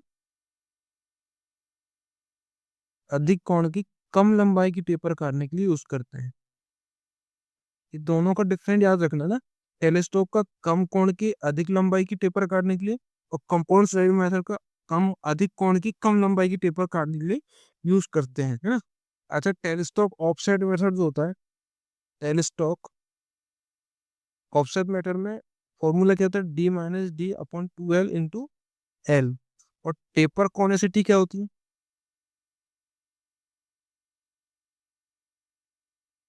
टेपर कॉनिसिटी में D-D/L, ये हमारा फॉर्मूला होता है ना, तो ये भी हमको याद रखना है।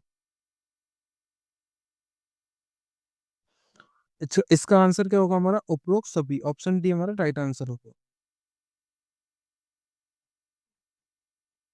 अगला प्रश्न है लेडर ड्रिल साइज में ड्रिल ए का क्या साइज होगा? ड्रिल ए का साइज बताना आपको क्या होगा। 0.234 इंच, 0.238 इंच, 0.242 इंच, 0.246 इंच।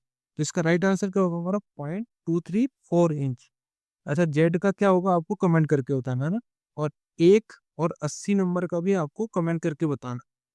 अच्छा, इसमें जो होता है एज जो साइज होता है छोटा होता है और जेड बड़ा होता है, लेकिन नंबर साइज में जो होता है ए बड़ा होता है और 80 छोटा साइज होता है। अगला, प्लग गेज किसके लिए उपयोग किया जाता है? एक गोल वस्तु का व्यास मापने के लिए, एक छेद का व्यास साइज मापने के लिए, एक छेद की गहराई मापने के लिए, या दो मेटिंग पार्ट्स के बीच में गैप चेक करने के लिए। गैप चेक करने के लिए किसका उपयोग करते हैं? फीलर गेज का। फीलर गेज का उपयोग करते हैं ना। दो मैटिंग भागों के बीच में गैप मापने के लिए किसका उपयोग करते हैं? फीलर गेज का।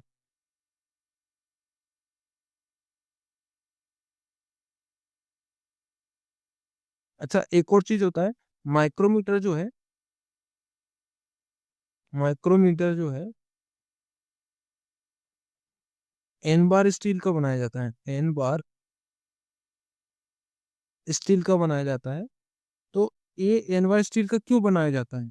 तो इसका आंसर क्या होगा हमारा? रेखीय, क्योंकि एन बार स्टील में जो है रेखीय प्रसार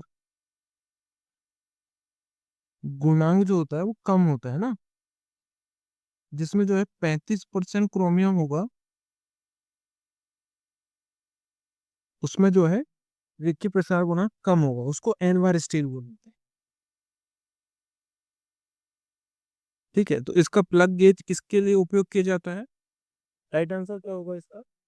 एक छेद का साइज मापने के लिए ना। ऑप्शन बी हमारा राइट आंसर होगा।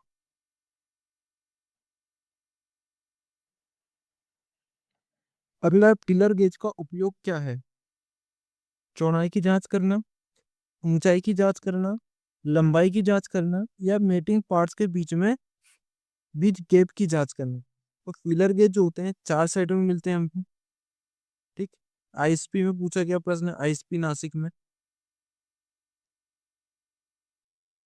पिछली बार जो लास्ट टाइम पेपर हुआ था 2023 में, तब ये प्रश्न आया था पिलर गेज कितने सेट में मिलते हैं? तो चार सेट में मिलते हैं। इसका उपयोग कहाँ करते हैं? दो मेटिंग पार्ट्स के बीच में गैप चेक करने के लिए।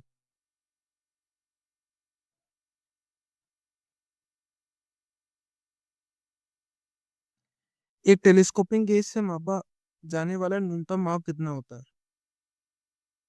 अभी ऊपर पढ़े हमने टेलीस्कोपिंग गेज 12.7 से 152.4 mm तक चेक कर सकता है। और स्मॉल होल गेज जो होता है वो 3.2 से 12.7 mm तक चेक कर सकता है। तो इसका सही आंसर क्या होगा? हमारा ऑप्शन बी हमारा राइट आंसर होगा।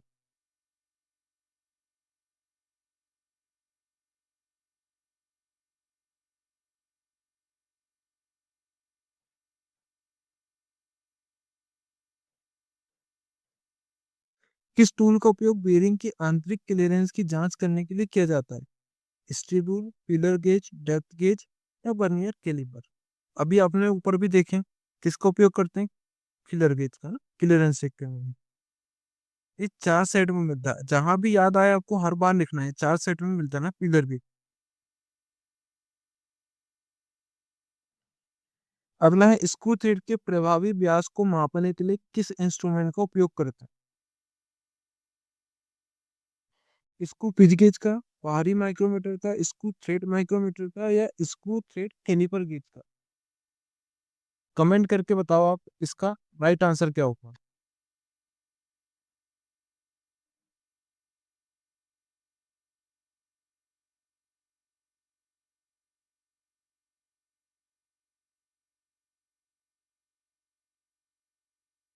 अच्छा, एक टेम्पिंग टेम्परेचर होता है जब पेपर, देखो आईजीएम में पेपर आएगा एकदम इजी, लेकिन मान लो हार्ड आया तो वहां पर आपको क्वेश्चन बनने को होना।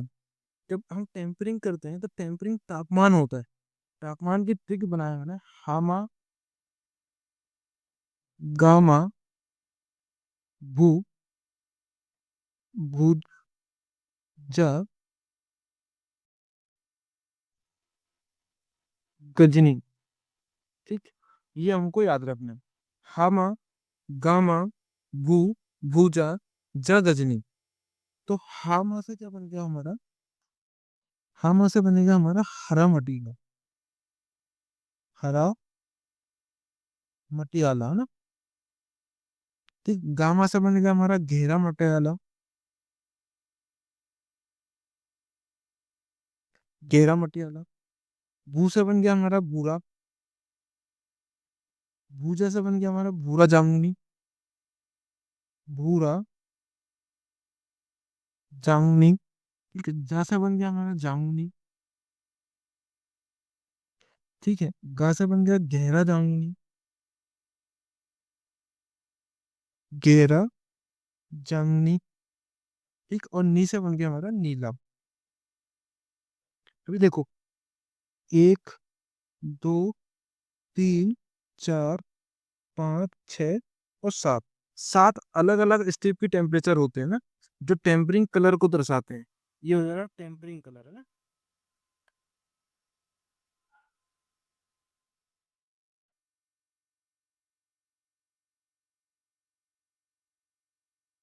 टेम्परिंग तापमान। ठीक, ये हुआ 200,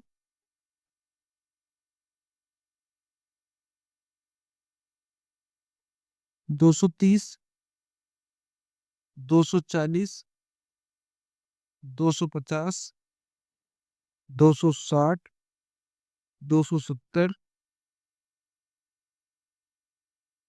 280 और यहाँ पर 300 डिग्री टेम्परेचर। ठीक है, तो ये याद रखना है हमको टेम्परिंग तापमान। देखो 240, 230 से स्टार्ट करना, 230, 40, 50, 60, 70, 80 और 300। क्या याद रखना? 230, 40, 50, 60, 70, 80 और 300। इसको ये तो एकदम क्रम वाइज हो गया। अब इसको क्रम वाइज जमाना, हामा, गामा, भू, भूजा, जा, गजनी।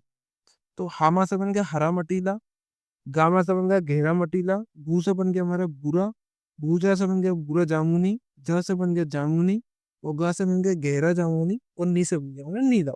ये टेम्परिंग तापमान हमको याद रखना।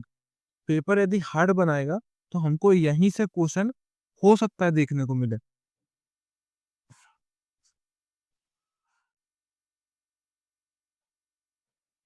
अच्छा, इसका राइट आंसर क्या होगा हमारा? इसका राइट आंसर होगा option C, screw thread micrometer का उपयोग करते हैं इफेक्टिव डायमीटर चेक करने के लिए। ट्यूब माइक्रोमीटर का उपयोग करके पाइप का कौन सा आयाम मापा जाता है? लंबाई, आंतरिक व्यास, मोटाई या बाहरी व्यास? तो ट्यूब माइक्रोमीटर से जो है पाइप की मोटाई चेक करते हैं ना।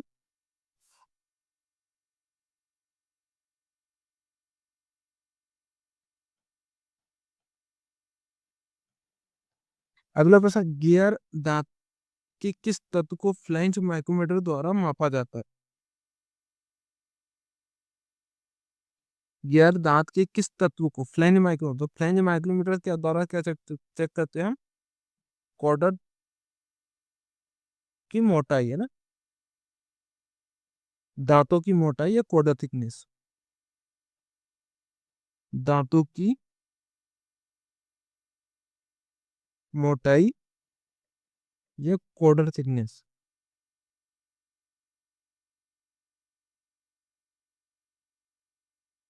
थिकनेस चेक करने के लिए फ्लैंज माइक्रोमीटर का यूज करते हैं।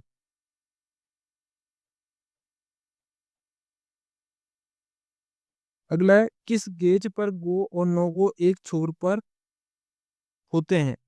Double ended plug gauge, snap gauge, progressive gauge या डेप्थ गेज? इसका राइट आंसर क्या होगा हमारा? प्रोग्रेसिव गेज है ना, ऑप्शन सी हमारा राइट आंसर होगा।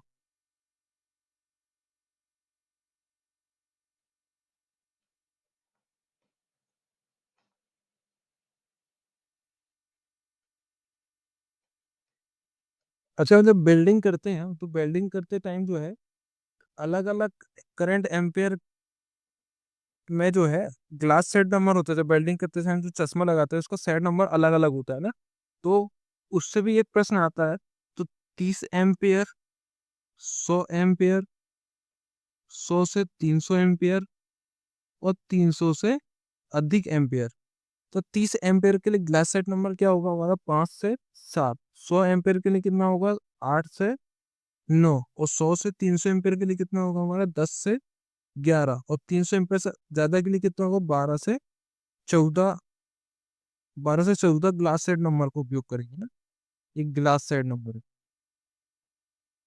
और एक करंट एम्पियर पे।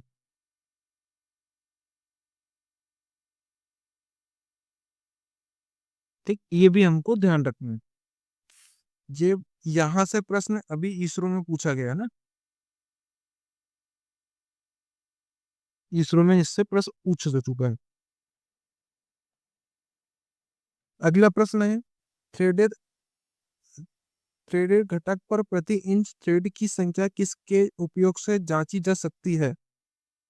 Tool gauge, metric rule, ring gauge या स्क्रू पिच गेज?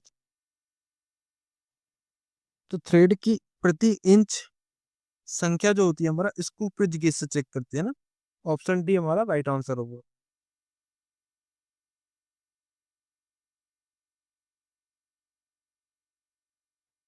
अगला, फीलर गेज का उपयोग क्या चेक करने के लिए करते हैं? अवतल, उत्तल, उत्तल अवतल दोनों, या मेल्टिंग सतहों के बीच में गैप? तो इसका राइट आंसर होगा हमारा ऑप्शन डी। फीलर गेज जो होते हैं 4 साइड में मिलते हैं ना, ये भी ध्यान रखना।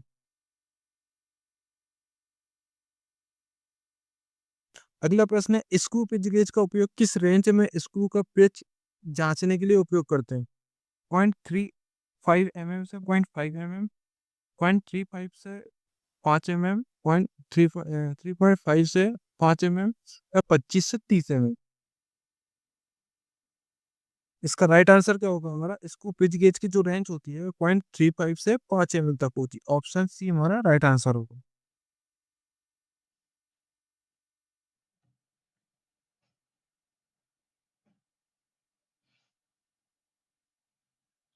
अच्छा, कुछ सिंबल होते हैं जैसे ऑपरेशन,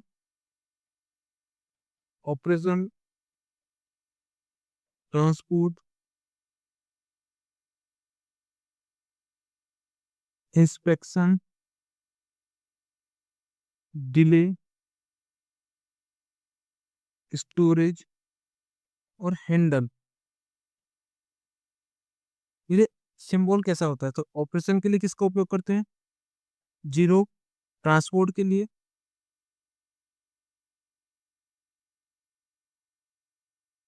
ट्रांसपोर्ट के लिए इस तरीके के सिंबल का उपयोग करते हैं। इंस्पेक्शन के लिए इसका उपयोग करते हैं। ठीक। डिले का कैसा होता है? डिले का इस तरीके का होता है। स्टोरेज का उल्टा त्रिभुज होता है। ठीक। हैंडल के लिए किसका उपयोग करते हैं? हैंडल इस तरीके से होता है। और एक होता है डिसाइड। डिसाइड में जो होता है इस तरीके का सिंबल होता है ना। ये भी यहाँ से भी प्रश्न पूछता है। ठीक। और इसरो में यहाँ से एक प्रश्न पूछा जा चुका है। अब ना स्क्रू पिच गेज का दूसरा नाम है pitch gauge, depth gauge, thread gauge या slip gauge. Screw pitch gauge को जो है हम थ्रेड गेज भी कहते हैं। ऑप्शन सी हमारा राइट आंसर होगा। उपयोग से पहले स्लिप गेज को साफ करने के लिए किस मटेरियल का उपयोग किया जाता है? Lubricant oil, petroleum jelly, acid मुक्त बेसलीन या कार्बन टेट्राक्लोराइड।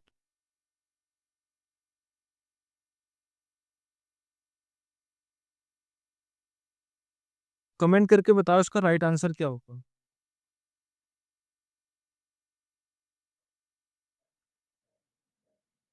स्लिप गेज को साफ करने के लिए किसका उपयोग करते हैं हम? Carbon tetrachloride. ऑप्शन डी हमारा राइट आंसर होगा। ठीक। अभी देखो ऑक्सी वेल्डिंग में जो है ऑक्सीजन का सिलेंडर का कलर क्या होता है? ऑक्सीजन सिलेंडर का कलर क्या होता है? काले रंग का कलर होता है ना। ऑक्सीजन सिलेंडर काले रंग का होता है। लेकिन हॉस पाइप जो होता है, हॉस पाइप जो है, हॉस पाइप नीले रंग का होता है ना। नीला होता है। ठीक। अब ऑक्सीजन होगा। अब एसिटिलीन जो होता है, एसिटिलीन का सिलेंडर का रंग कैसा होता है? मेहरून। ठीक। और हॉस पाइप जो है, हॉस पाइप जो है लाल रंग की होती है। ऑक्सीजन सिलेंडर काले रंग का होता है। और उसका पाइप जो होता है नीले रंग का होता है। एसिटिलीन सिलेंडर का रंग कैसा होता है? मेहरून रंग का होता है। और इसका हॉस पाइप लाल रंग का होता है।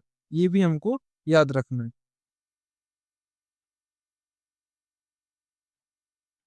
अगला प्रश्न है, आवश्यक साइज तक स्लिप गेज एक साथ कैसे जोड़े जाते हैं? आईजीएम में पूछा क्या प्रश्न है ना। स्लाइडिंग द्वारा, ग्लेजिंग द्वारा, लोडिंग द्वारा या रिंगिंग एक्शन द्वारा। तो इसका राइट आंसर क्या होगा हमारा? Ringing action. ऑप्शन डी हमारा सही आंसर होगा।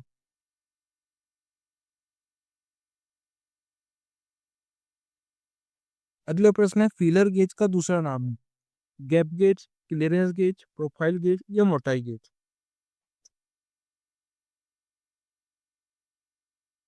कमेंट करके बताओ इसका राइट आंसर क्या होगा।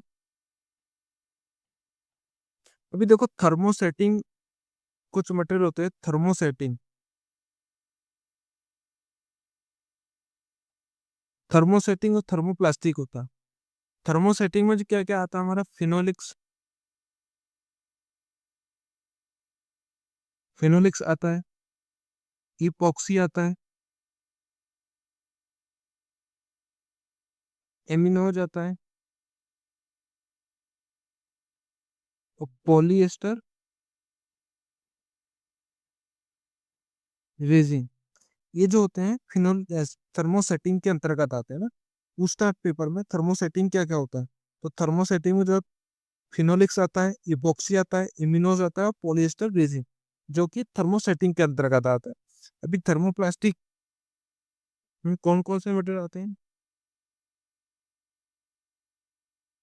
प्लास्टिक में जो है नाइलॉन आएगा, नाइलॉन आएगा। ठीक है। और टेफ्लॉन आएगा, टेफ्लॉन आएगा। ठीक। सेल्यूलोज आएगा, सेलो लुइस,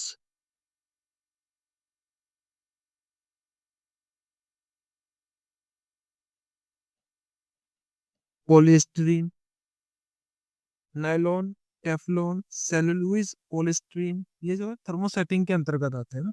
तो ये भी हमको याद रखना, थर्मोसेटिंग में क्या आता है और थर्मोप्लास्टिक में क्या आता है। इसका राइट आंसर क्या होगा हमारा?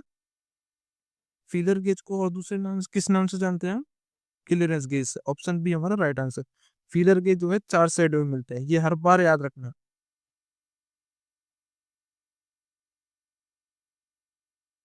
आमतौर पर इस्तेमाल किए जाने वाले 3 पॉइंट इंटरनल माइक्रोमीटर का लिस्ट काउंट क्या है? 0.01 mm, ये तो माइक्रोमीटर का हो गया,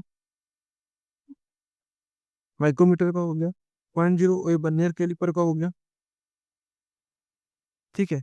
और 0.001 ये वर्नियर माइक्रोमीटर का हो गया, वर्नियर माइक्रोमीटर का हो गया, ठीक। और 3 पॉइंट इंटरनल माइक्रोमीटर बचा क्या? ऑप्शन डी इसका राइट आंसर होगा। 3 पॉइंट इंटरनल माइक्रोमीटर का लिस्ट कौन होता है? 0.005 mm।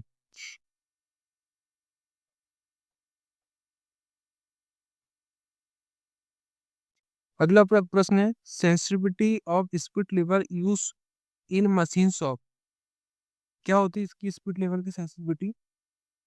0.1 mm पर 100 mm, 0.5 mm पर 1000 mm, 0.005 mm पर 1000 mm, 0.005 mm पर 1000।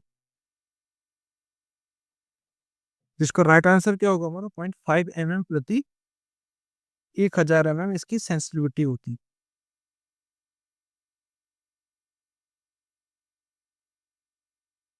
अगला है, to check flatness and squareness of surface the following is use. Surface gauge को यूज करते हैं, वर्नियर कैलिपर का करते हैं, ट्राई स्क्वायर का करते हैं, टेली सर्फ का उपयोग करते हैं। तो वर्नियर कैलिपर जो होता है पॉइंट लिस्ट काउंट कितना? 0.02 mm होता है। तो ट्राई स्क्वायर जो होता है 0.002 mm प्रति 10 mm की लंबाई में इसकी शुद्धता होती है, ठीक। और यही इसका करेक्ट आंसर होगा। स्क्वायरनेस और फ्लैटनेस चेक करेंगे, ट्राई स्क्वायर को यूज करते हैं।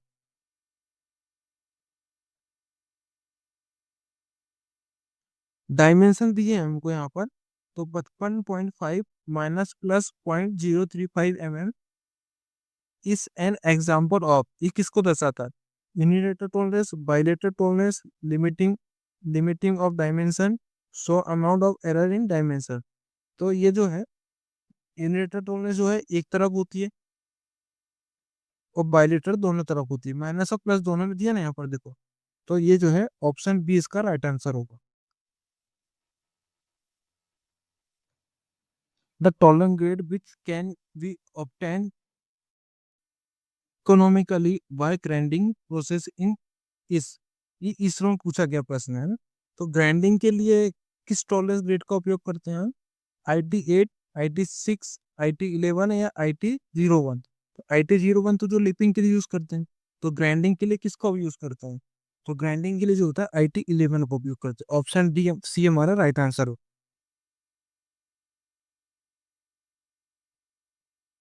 एक माइक्रोन बराबर कितने सेंटीमीटर होते हैं, ये हमको बताता है, ठीक है। तो 1 mm बराबर कितने होते हैं? 1 mm बराबर 1000 माइक्रोन होते हैं ना। आपको इसमें कैलकुलेट करके बताना है कि एक माइक्रोन बराबर कितने सेंटीमीटर हो, ठीक है। ये आपका होमवर्क है। 1 mm बराबर 1000 माइक्रोन होते हैं, 90%। तो 1 माइक्रोन बराबर क्या हो जाएगा? 1 माइक्रोन बराबर 1/1000 mm। अब 1/1000 mm को आपको सेंटीमीटर में बदलना है। कमेंट करके बताना इसका राइट आंसर क्या होगा। अगला, gauge use for checking dimension of finish board. Snap gauge, plug gauge, ring gauge या स्लिप गेज? तो जो फिनिश बोर्ड होता है, होल होता है, उसको चेक करने के लिए किस गेज का उपयोग करते हैं? तो इसमें हम किसका उपयोग करते हैं? प्लग गेज का उपयोग करते हैं।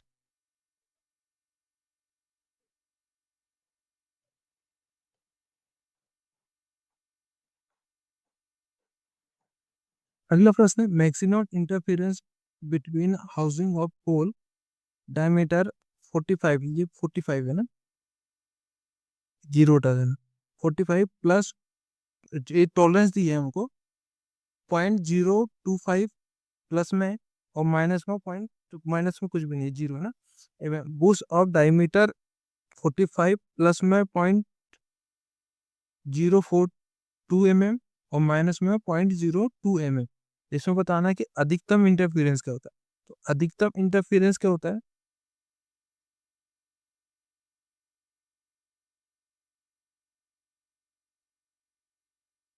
होल का न्यूनतम size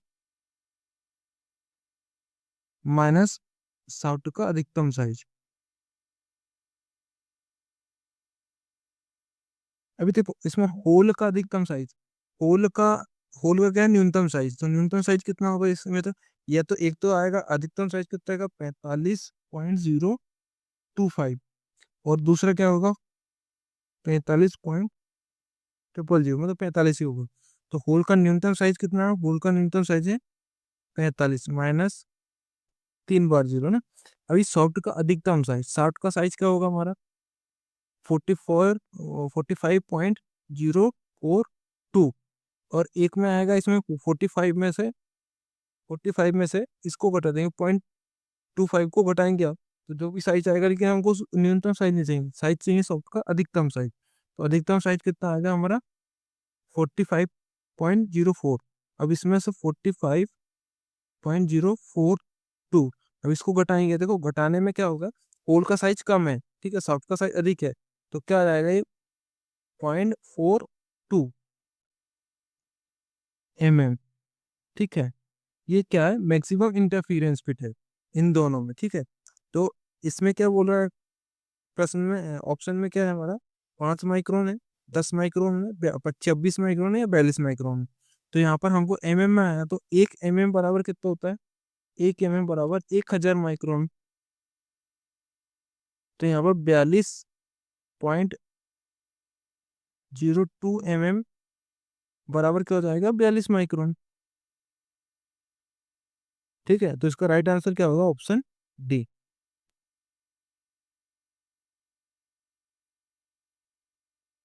in metric micrometer generally the pitch of the spindle thread is, मतलब माइक्रोमीटर में जनरली पिच होती है। तो इसका राइट आंसर क्या होगा हमारा?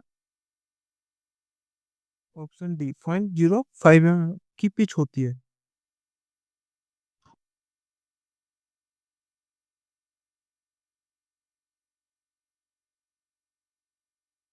अगला, यदि वर्नियर स्केल में 9 मुख्य स्केल विभाजनों को 10 समान भागों में विभाजित किया जाए तो वर्नियर स्केल का लिस्ट काउंट क्या होगा?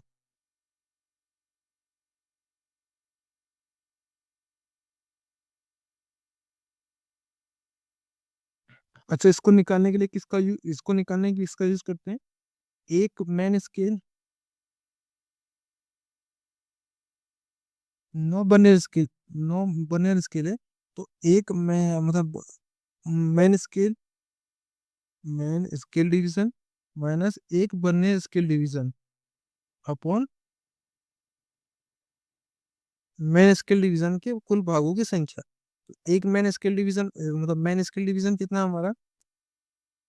10, और बर्नियर स्केल डिवीजन कितने? 9/10। ठीक है, तो 1 बटे कितना जाएगा हमारा? 10। तो इसका लिस्ट काउंट कितना जाएगा? 0.01 mm। ऐसे यदि हम 49 और 50 वाला हुआ तो तब लिस्ट काउंट कितना होगा?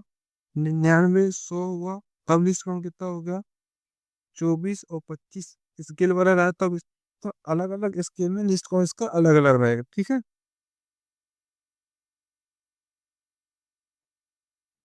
अगला, एक रैक में टूथ की मोटाई द्वारा मापी जाती है।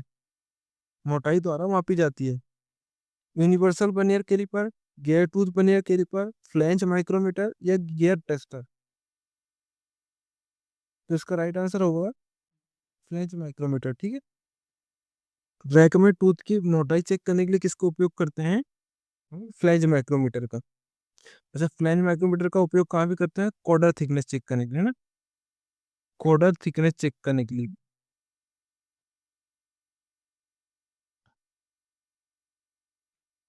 अगला प्रश्न है, एक स्टूल का न्यूनतम माप कितना होता है? तो इसका न्यूनतम माप कितना होता है? 0.05 mm।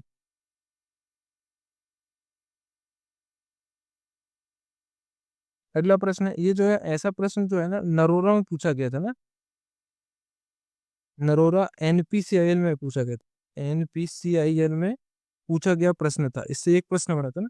यदि शाफ्ट का व्यास इतना और छिद्र का व्यास इतना है, तो छिद्र और शाफ्ट के बीच में सर्वाधिक अंतराल कितना होगा, मतलब अधिकतम क्लियरेंस कितना होगा। तो अधिकतम क्लियरेंस कितना होगा आपको निकाल के बताना है। अभी क्लियरेंस कितना होता है, क्लियरेंस का होता है होल का अधिकतम साइज माइनस शाफ्ट का न्यूनतम साइज। ठीक है, ये तो हुआ क्लियरेंस। अभी अधिकतम क्लियरेंस क्या होता है, होल का अधिकतम साइज और शाफ्ट का न्यूनतम साइज। तो इसको अधिकतम क्लियरेंस निकालना है हमको। अधिकतम क्लियरेंस क्या होता है, होल का अधिकतम साइज माइनस शाफ्ट का न्यूनतम साइज। अधिकतम क्लियरेंस निकालने के लिए इसका यूज करेंगे। ठीक है, इसमें फॉर्मूला में आप रखना, उसको निकाल के कमेंट करके बताना इसका राइट आंसर क्या होगा। अच्छा, न्यूनतम पूछता तो क्या होता है, होल का न्यूनतम साइज और शाफ्ट का अधिकतम साइज।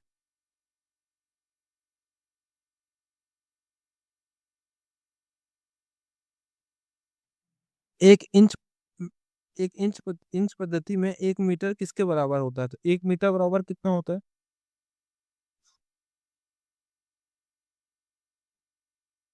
1 मीटर बराबर होता है 39.37 इंच।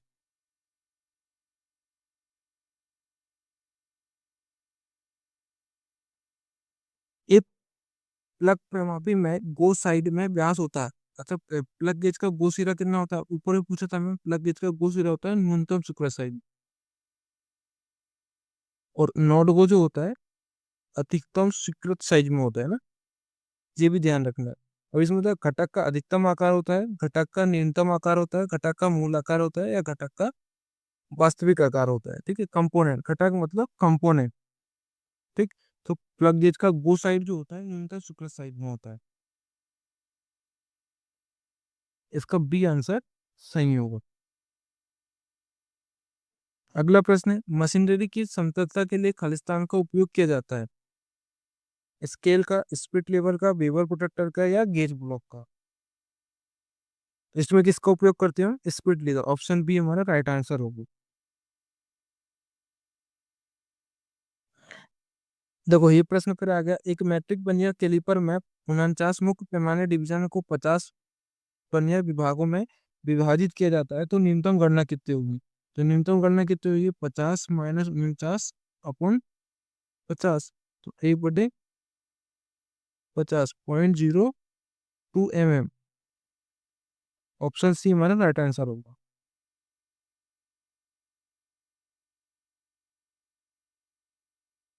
अगला प्रश्न है, कॉम्बिनेशन सेट एक यंत्र है जिसके पास होता है सेंटर हेड होता है, बेवर प्रोटेक्टर होता है, स्क्वायर हेड होता है, और प्रोक सभी होता है। तो इसका राइट आंसर क्या होगा, ऑप्शन डी। अगला, 1 इंच बराबर होता है, 1 इंच बराबर कितना होता है, 25.4 mm, या 2.54 सेंटीमीटर।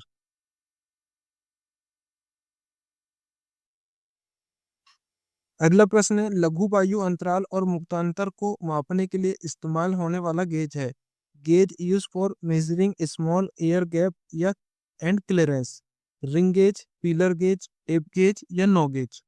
तो क्लियरेंस चेक करने के लिए किसका उपयोग करते हैं, फीलर गेज का। ऑप्शन बी हमारा राइट आंसर होगा। फीलर गेज जो होता है 4 सेट में मिलते हैं।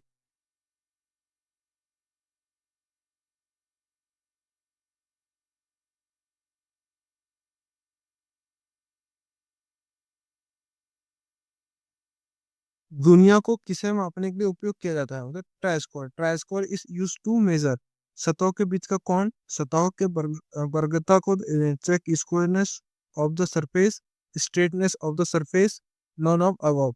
तो ट्राई स्क्वायर का उपयोग कहाँ करते हैं, स्क्वायरनेस चेक करने के लिए ना। ऑप्शन बी हमारा राइट आंसर होगा।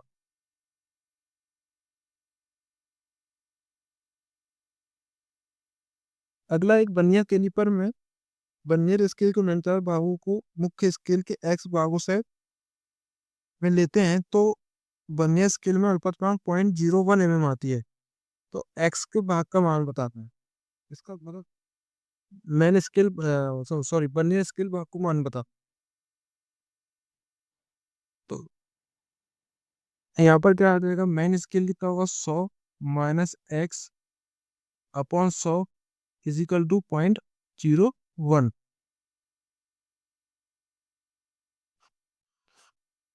ठीक है, अब इसमें रख के हम निकालेंगे तो इसका राइट आंसर कितना रहेगा, ऑप्शन सी 99।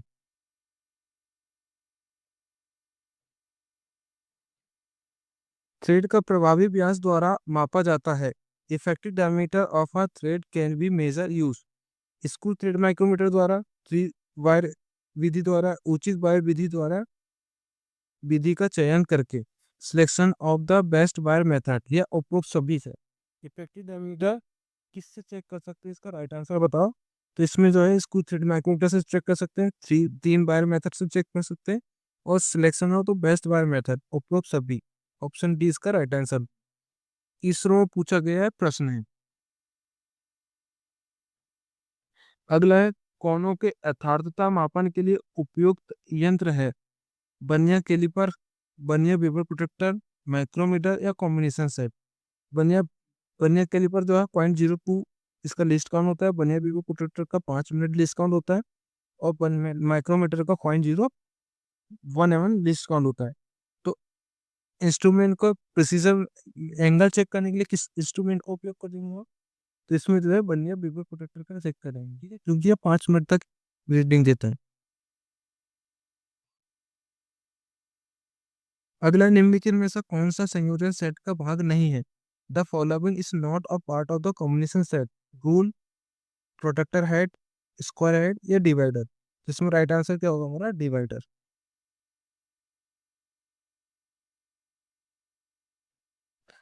मैटिंग पार्ट्स के बीच के अंतराल की जांच करने के लिए उपयुक्त यंत्र है।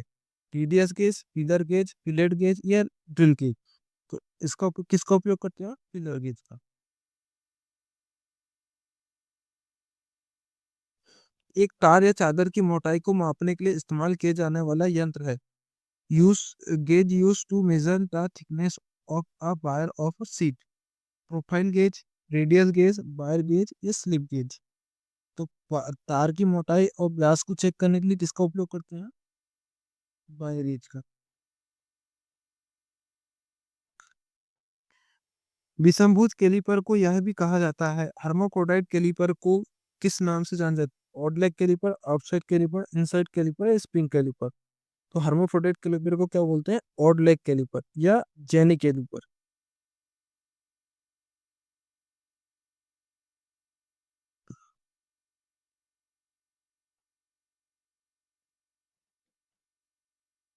निम्नलिखित में से कौन सा एक संयोजन सेट का हिस्सा नहीं है। Stock, protector head, square head, या सेंटर हेड।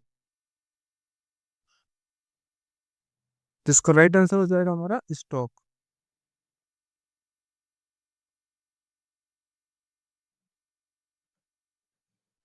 एक 50 से 75 आउटसाइड माइक्रोमीटर के शून्य पाठ्यांक कौन सा है। शून्य पाठ्यांक क्या होगा, जीरो रीडिंग क्या होगी इसकी, जीरो रीडिंग होगी हमारा 50 mm।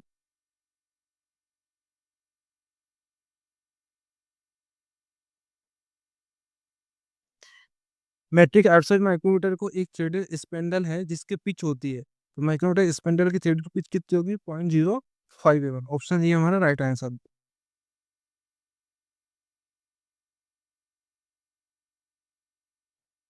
एक माइक्रोमीटर के 0.03 mm की नेगेटिव त्रुटि है। जब माइक्रोमीटर का जो रीडिंग है 40.48 मापता है, तो सही रीडिंग क्या होगी, इसको आपको कमेंट करके बताना, ठीक है। अगला, एक फीलर गेज खालिस्तान हेतु उपयुक्त करते हैं। फीलर गेज इज यूज चाल के मतलब adjusting the parts of play, for play, checking gap between mating parts, checking radius of job, checking accuracy of hole. इसका उपयोग करते हैं checking gap between mating part के बीच में गैप को चेक करने के लिए फिलर गेज का उपयोग करते हैं। ये 4 सेट में मिलते हैं। अगला, एक प्लग गेज का गो सिरा होता है। प्लग गेज का गो सिरा किसके बराबर होता है। प्लग गेज का गो सिरा जो है न्यूनतम शुक्र साइज में होता है ना। Actual size of a job, basic size of the job, minimum size of a job, मतलब जॉब का न्यूनतम आकार होता है।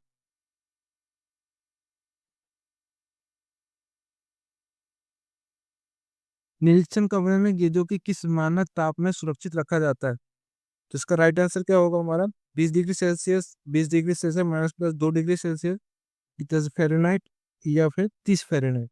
तो इसका राइट आंसर होगा ऑप्शन बी।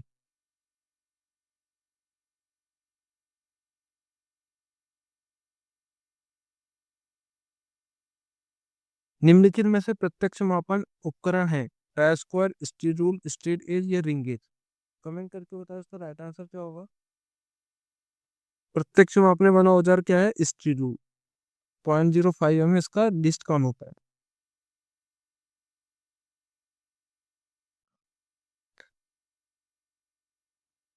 खालिस्तान के मापन हेतु ट्राई स्क्वायर उपयुक्त है? खालिस्तान के मापन हेतु ट्राई स्क्वायर उपयुक्त होता है। Try square is use to measure. Try square जो होता है इक्यूब एंगल चेक करता है, राइट एंगल, ऑब्टूस एंगल या नॉन ऑफ दिस। तो ट्राई स्क्वायर जो होता है राइट एंगल चेक करने के लिए उपयोग करते हैं ना। ऑप्शन बी हमारा राइट आंसर हो।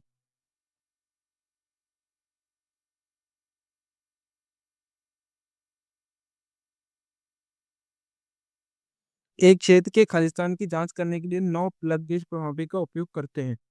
तो गोसीरा जो होता है, प्लग गेज का गोसीरा जो होता है न्यूनतम साइज में होता है, और नॉट गो जो होता है अधिकतम साइज में होता है, अधिकतम स्वीकृत साइज में होता है। तो इसका राइट आंसर क्या होगा हमारा? Option B.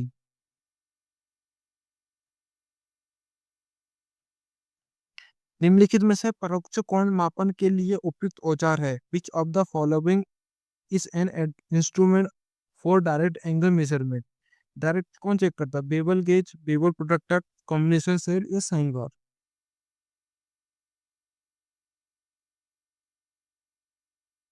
तो इनडायरेक्ट चेक करने के लिए किसका उपयोग करते हैं? बेवल प्रोट्रैक्टर डायरेक्ट चेक करता है, कॉम्बिनेशन सेट भी डायरेक्ट चेक करता है, साइन बार भी डायरेक्ट चेक करता है। ठीक है, इनडायरेक्ट जो होता है बेवल गेज का उपयोग करते हैं ना। ऑप्शन ये हमारा राइट आंसर होगा। भीतरी कैलिपर का अल्पमान होता है। Least count of the inside caliper. तो इनसाइड कैलिपर को जो है हिस्ट्री रूल में ट्रांसफर करके चेक करते हैं। तो हिस्ट्री रूल का लिस्ट काउंट कितना होगा? 0.5 होगा। तो इनसाइड कैलिपर का भी लिस्ट काउंट कितना होगा? 0.5 है। मतलब ऑप्शन डी हमारा राइट आंसर है। क्वेश्चन 107 का आपको इसको निकाल के बताना है कि इसका राइट आंसर क्या होगा ना।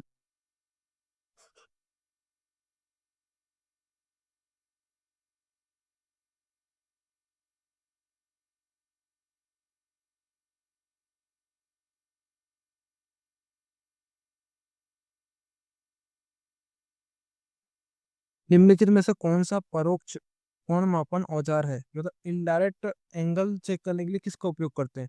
Bevel protractor, bevel gauge, universal bevel या मार्किंग टेबल?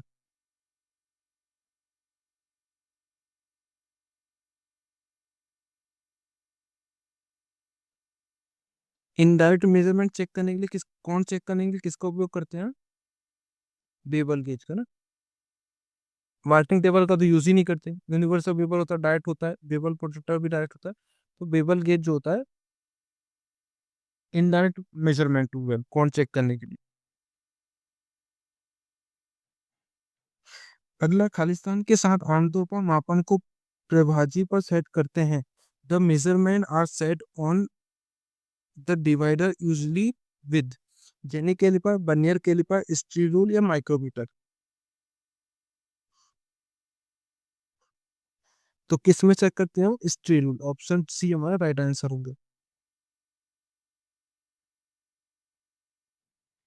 न्यूनतम मान माप जिसे बर्नियर कैलिपर के साथ सही तरीके से पढ़ा जा सकता है उसे कहा जाता है?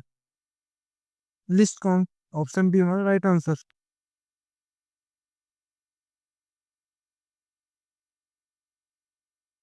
बर्नियर गहराई गेज का उपयोग को मापने के लिए किया जाता है? Vernier depth gauge is use for the measuring the of और external measurement, hole, recesses, slot या स्टेप्स, इंटरनल मेजरमेंट या पिच? तो वर्नियर गहराई गेज डेप्थ गेज का उपयोग कहाँ करते हैं? होल, स्लॉट और स्टेप को मापने के लिए। ऑप्शन बी हमारा राइट आंसर।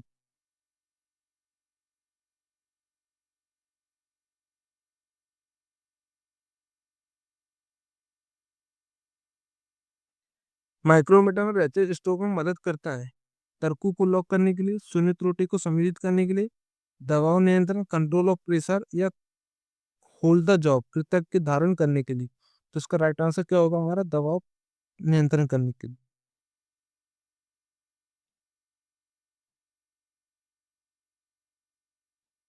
माइक्रोमीटर में शून्य त्रुटि का अर्थ है, माइक्रोमीटर सत्य है, थिम्बल पर शून्य चिन्ह दिखाई दे रहा है, थिम्बल पर जीरो, स्लिप पर निर्देशन रेखा संपाती नहीं है, जब मापन फलक संपर्क में है, एनबिल के बीच नगन अंतराल। तो इसका राइट आंसर क्या होगा हमारा? Option C.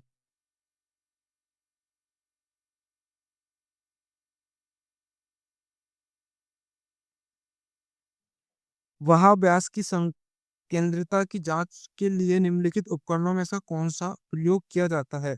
Which among the following instrument is used to check the concentricity of the outside diameter? Limit gauge, Dantas indicator, sine bar, या बन्ने बेबी प्रोटेक्टर। इसका राइट आंसर होगा हमारा डायल टेस्ट इंडिकेटर का उपयोग करते हैं कॉन्सेंट्रिसिटी चेक करने के लिए।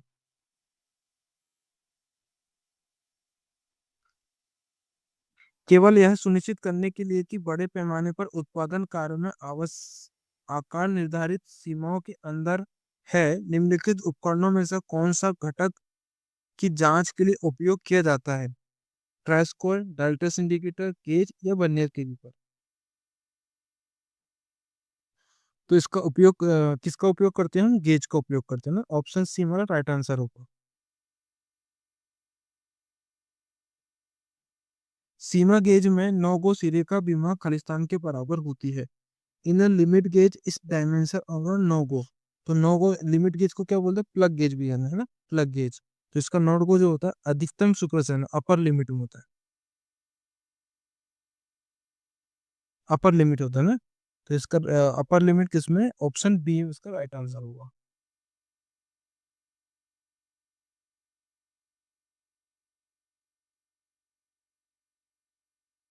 अगला प्रश्न है, स्नैप गेज का प्रयोग किया जाता है। Snap gauge are used thread की जांच करने के लिए, शाफ्ट ऑफ बोर की जांच करने के लिए, जॉब्स को संयमित करने के लिए, और बोर छिद्रों को पॉलिश करने के लिए। तो थ्रेड स्नैप गेज का उपयोग थ्रेड स्नैप थ्रेड गेज का उपयोग कहाँ करते हैं? थ्रेड की जांच करने के लिए। ऑप्शन ये हमारा राइट आंसर होगा। खालिस्तान के मापन हेतु भीतरी माइक्रोमीटर का उपयोग नहीं किया जा सकता। इंटरनल फीचर्स, एक्सटर्नल फीचर्स, या गहन वेद की सतहों की समांतर parallelism of surface of depth bore, ये ऑल ऑफ अबव। इसका राइट आंसर क्या होगा हमारा? भीतरी माइक्रोमीटर से जो है बाहरी एक्सटर्नल जो है चेक नहीं कर सकते। इनसाइड माइक्रोमीटर से बाहरी चीज नहीं चेक कर सकते। अगला प्रश्न है, गैप के मापन हेतु अंतराल मापन के लिए निम्नलिखित में से किस यंत्र का उपयोग किया जाता है? गैप चेक करने के लिए किसका उपयोग करते हैं? Taper plug gauge, slip gauge, taper ring gauge, या थ्रेड गेज।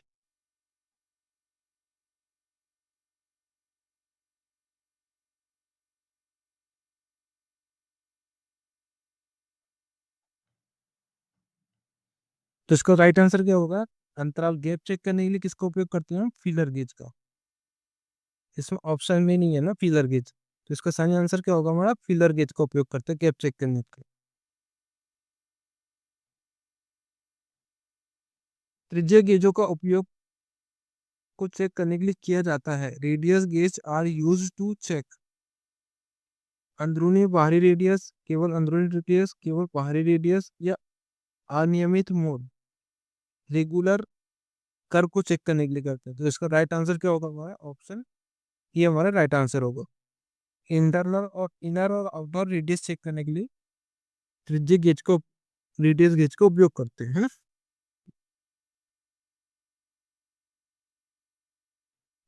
गेज संख्या के बढ़ने पर सीट का मोटापन खालिस्तान होता है, बढ़ता है, घटता है, एक जैसे रहता है, या फिर उपरोक्त में से कोई नहीं। तो जो गेज की संख्या जो होगी, संख्या बढ़ने पर जो है मोटाई घटेगी। इसमें याद रखना, छोटा नंबर बड़ा साइज और बड़ा नंबर छोटा साइज।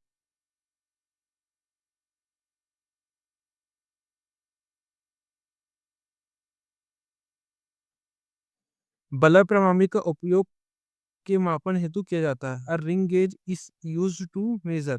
रिंग गेज का उपयोग क्या मापने करते हैं? रिंग गेज का उपयोग बाहरी जो भी डायमीटर होता है उसको चेक करने के लिए करते हैं।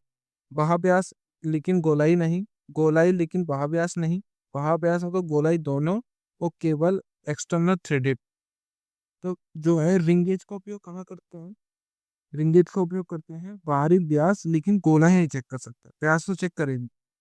Outside diameter but not roundness, roundness check नहीं करेंगे, व्यास बस चेक करेगा ना। राउंडनेस चेक करने के लिए किसका उपयोग करते हैं? रेडियस गेज का।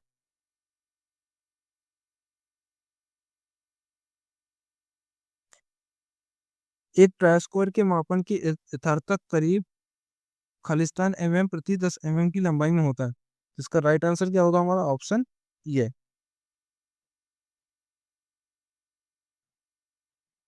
बर्नियर पेपर प्रोटेक्टर का क्या उपयोग है? What is the use for the vernier paper protector? कौन चेक करने के लिए करते हैं? टेपर कोण का परिशुद्ध मापन, टेपर कोण का लगभग मापन, सही अनियमितताओं का परिशुद्ध मापन, या उपरोक्त में से कोई नहीं। तो इसका राइट आंसर है वो हमारा ऑप्शन ए।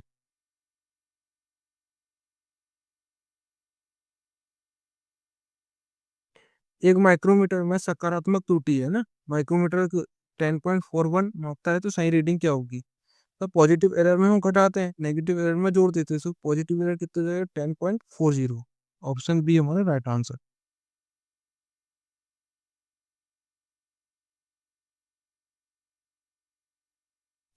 किसी निश्चित मात्रा के मापे गए मान का दोहराव खालिस्तान कहलाता है।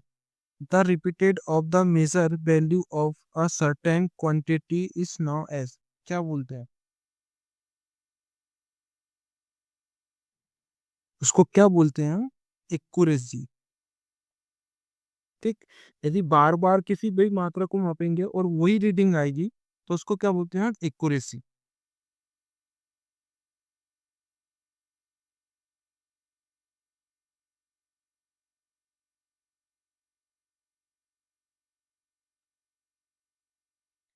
खालिस्तान के प्रयोग से एक स्क्रू थ्रेड के पास कोण तथा रूप को मापा जा सकता है। Flank angle and form of a screw thread can be measure using vernier caliper, V piece, slip gauge and precision roller, या ऑप्टिकल प्रोजेक्टर। इसका राइट आंसर क्या होगा? हमारा ऑप्शन डी, ऑप्टिकल प्रोजेक्टर। ये ऑर्डिनेंस फैक्ट्री मेंढक में पूछा गया प्रश्न है ना।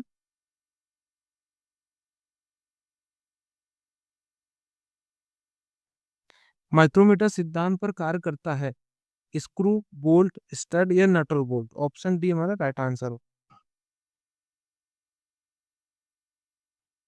घटकों के आंतरिक थ्रेड की जांच के लिए किस गेज का उपयोग करते हैं? Thread ring gauge, taper ring gauge, plug gauge, thread plug gauge, या कैलिपर गेज। तो घटकों के आंतरिक थ्रेड के लिए किसका उपयोग करते हैं? थ्रेड प्लग गेज का। ऑप्शन सी हमारा राइट आंसर होगा।